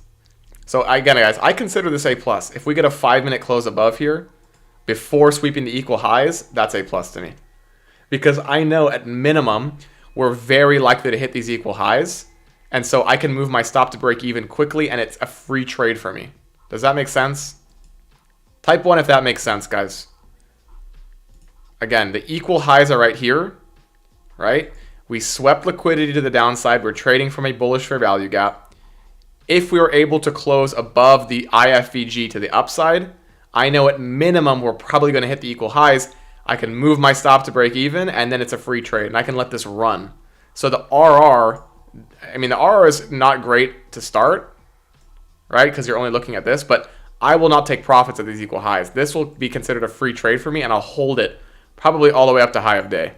And I'll leave a runner to this buy side and then the equal highs if we're lucky enough to get them. So sometimes it's not about knowing where the market's going to go, but if you see an opportunity that is very likely to give you a break-even stop, then you take it. So Warriors for Yeshua, I'm glad you understand that, bro. If you guys don't understand that, please don't be afraid to ask, because I understand it can be complicated, but we'll see. We will see. If it doesn't happen in this macro time, guys, I'm getting off, though. And if something happens in the Discord, I'll alert it, obviously, as always.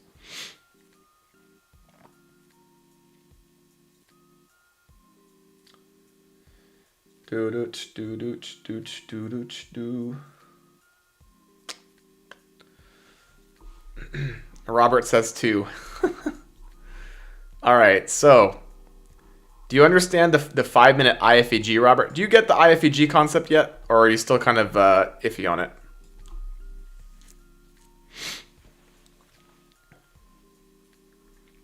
Because if you don't understand how inverse fair value gaps work, then I understand that this would be confusing for you. So do you understand the idea of if we close above a fair value gap, that's an entry for a long? If we close above a bearish fair value gap, it's an entry to go long. Okay, so this looks really good to the downside now. Pin bar, another pin bar. How's the 4-hour candle looking? Wow.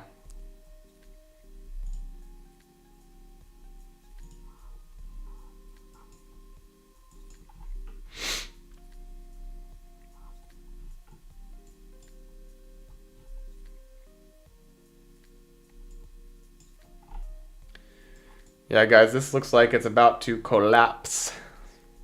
We could trade down to this 4-hour one more time, sweep liquidity, and go up, but so far, this is not looking good for the bulls. For the bulls.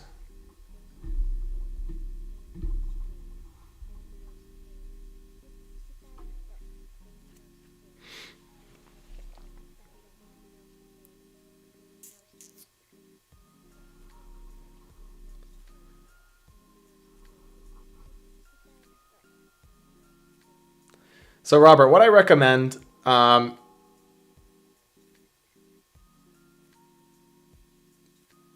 can I do? Maybe I can send you my video.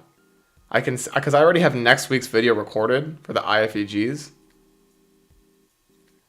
Maybe I can send you the video early. But I really recommend you study IFEGs. And then from there, it'll make more sense to you. But pretty much when we sweep liquidity, okay, like we swept this wick to the downside or whatever, it doesn't matter where liquidity is swept, or if we're delivering from a fair value gap and we inverse a bearish fair value gap, it's very likely we're going to reverse to the next area of liquidity, which is this high. So if I see the market close above this 5-minute fair value gap, that is my signal to enter long. And though I don't know for sure this is going to hit, there's perfect equal highs here. And if we inverse this bearish fair value gap, it's very likely we're going to go up to the next highs, which are right here. Oh, okay, Robert. Well, if you're at work, then yeah, this is going to be tough for you to understand. But when a bearish fair value gap closes and fails, if we close above it, the next high is likely to hit. So that's why I'm looking for these equal highs. Could move my stop to break even quickly and then go from there.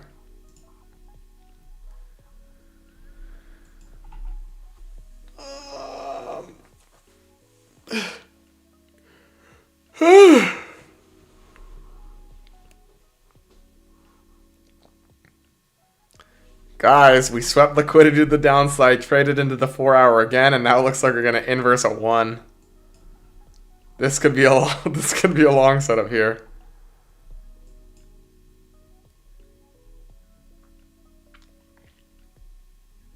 But I don't know. Like we're in the look at this new week opening gap. We're trading at the bottom of it. Like, is this A+? No. So this is why I love using new week opening gaps too, guys. Like this can signify to you when we have fake IFEGs. But I don't know. This is so tough. This market is tough, guys. Tough, tough, tough.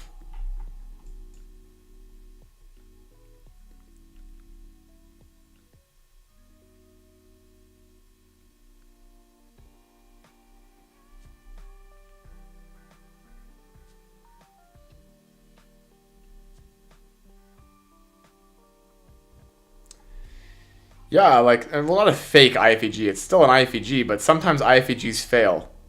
If you're wrong about the bias, if the liquidity is resting below you, sometimes IFEGs will fail.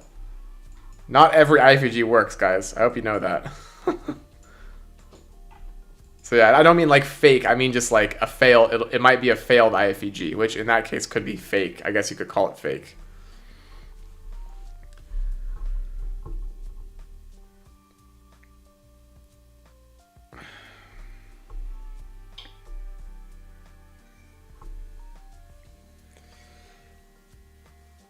Yeah.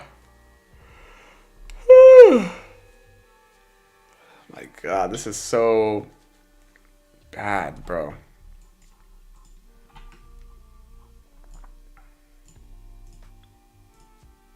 Like, look at this price action.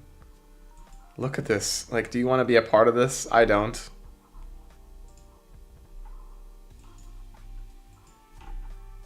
I don't want to be a part of this. Sorry, guys. We did sweep liquidity. We are trading into a 4-hour gap. We do have a 1-minute inverse, but looking at the higher time frame, this is garbage price action. We're at there's a new week opening gap here that could act as resistance to bring us lower, meaning this could be a failed 1-minute IFEG. Too many things here tell me that I would be so here's another way I look at it, okay?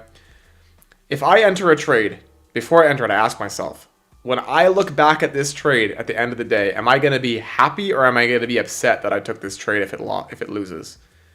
If I'm going to be upset, I don't take the trade. And in this case, okay, if this trade loses, I'm going to be kicking myself for saying, why am I taking an IFEG when we're at the bottom of a new week opening gap, okay, that could easily be used as resistance? Why am I taking this trade when the 15-minute chart looks like a freaking barcode? Like, there's no reason to take this. Why am I looking for a 1-minute IFEG long when we're in heavy premium of the range? There's too many things here. Look, discount is down here. All of this is premium. Why am I taking longs up here? Why am I taking a long when we have obvious sell side here? Why am I taking a long when we haven't balanced the 4-hour fair value gap?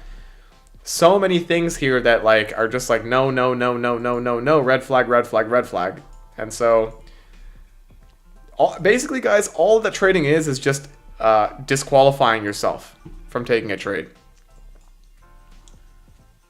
So yeah, guys, I think I'm gonna get off here. This garbage, this price action is kind of behaving like garbage. If we end up getting a liquidity sweep to the downside later on, and I see something that's way too good to ignore, I will let you guys know in the live alert section. And until then, guys, let me check real quick what is on the economic calendar tomorrow. Let's pull up the economic calendar section just to make sure. It's NFP Friday tomorrow, so we might have a decent looking buy day tomorrow. We'll see. Maybe we get a short. I don't know. But I think something is brewing for tomorrow, so we'll see. But anyways, guys, I wish you the best, and I will see you guys tomorrow for the live stream, all right? Thanks so much for joining. I appreciate you guys.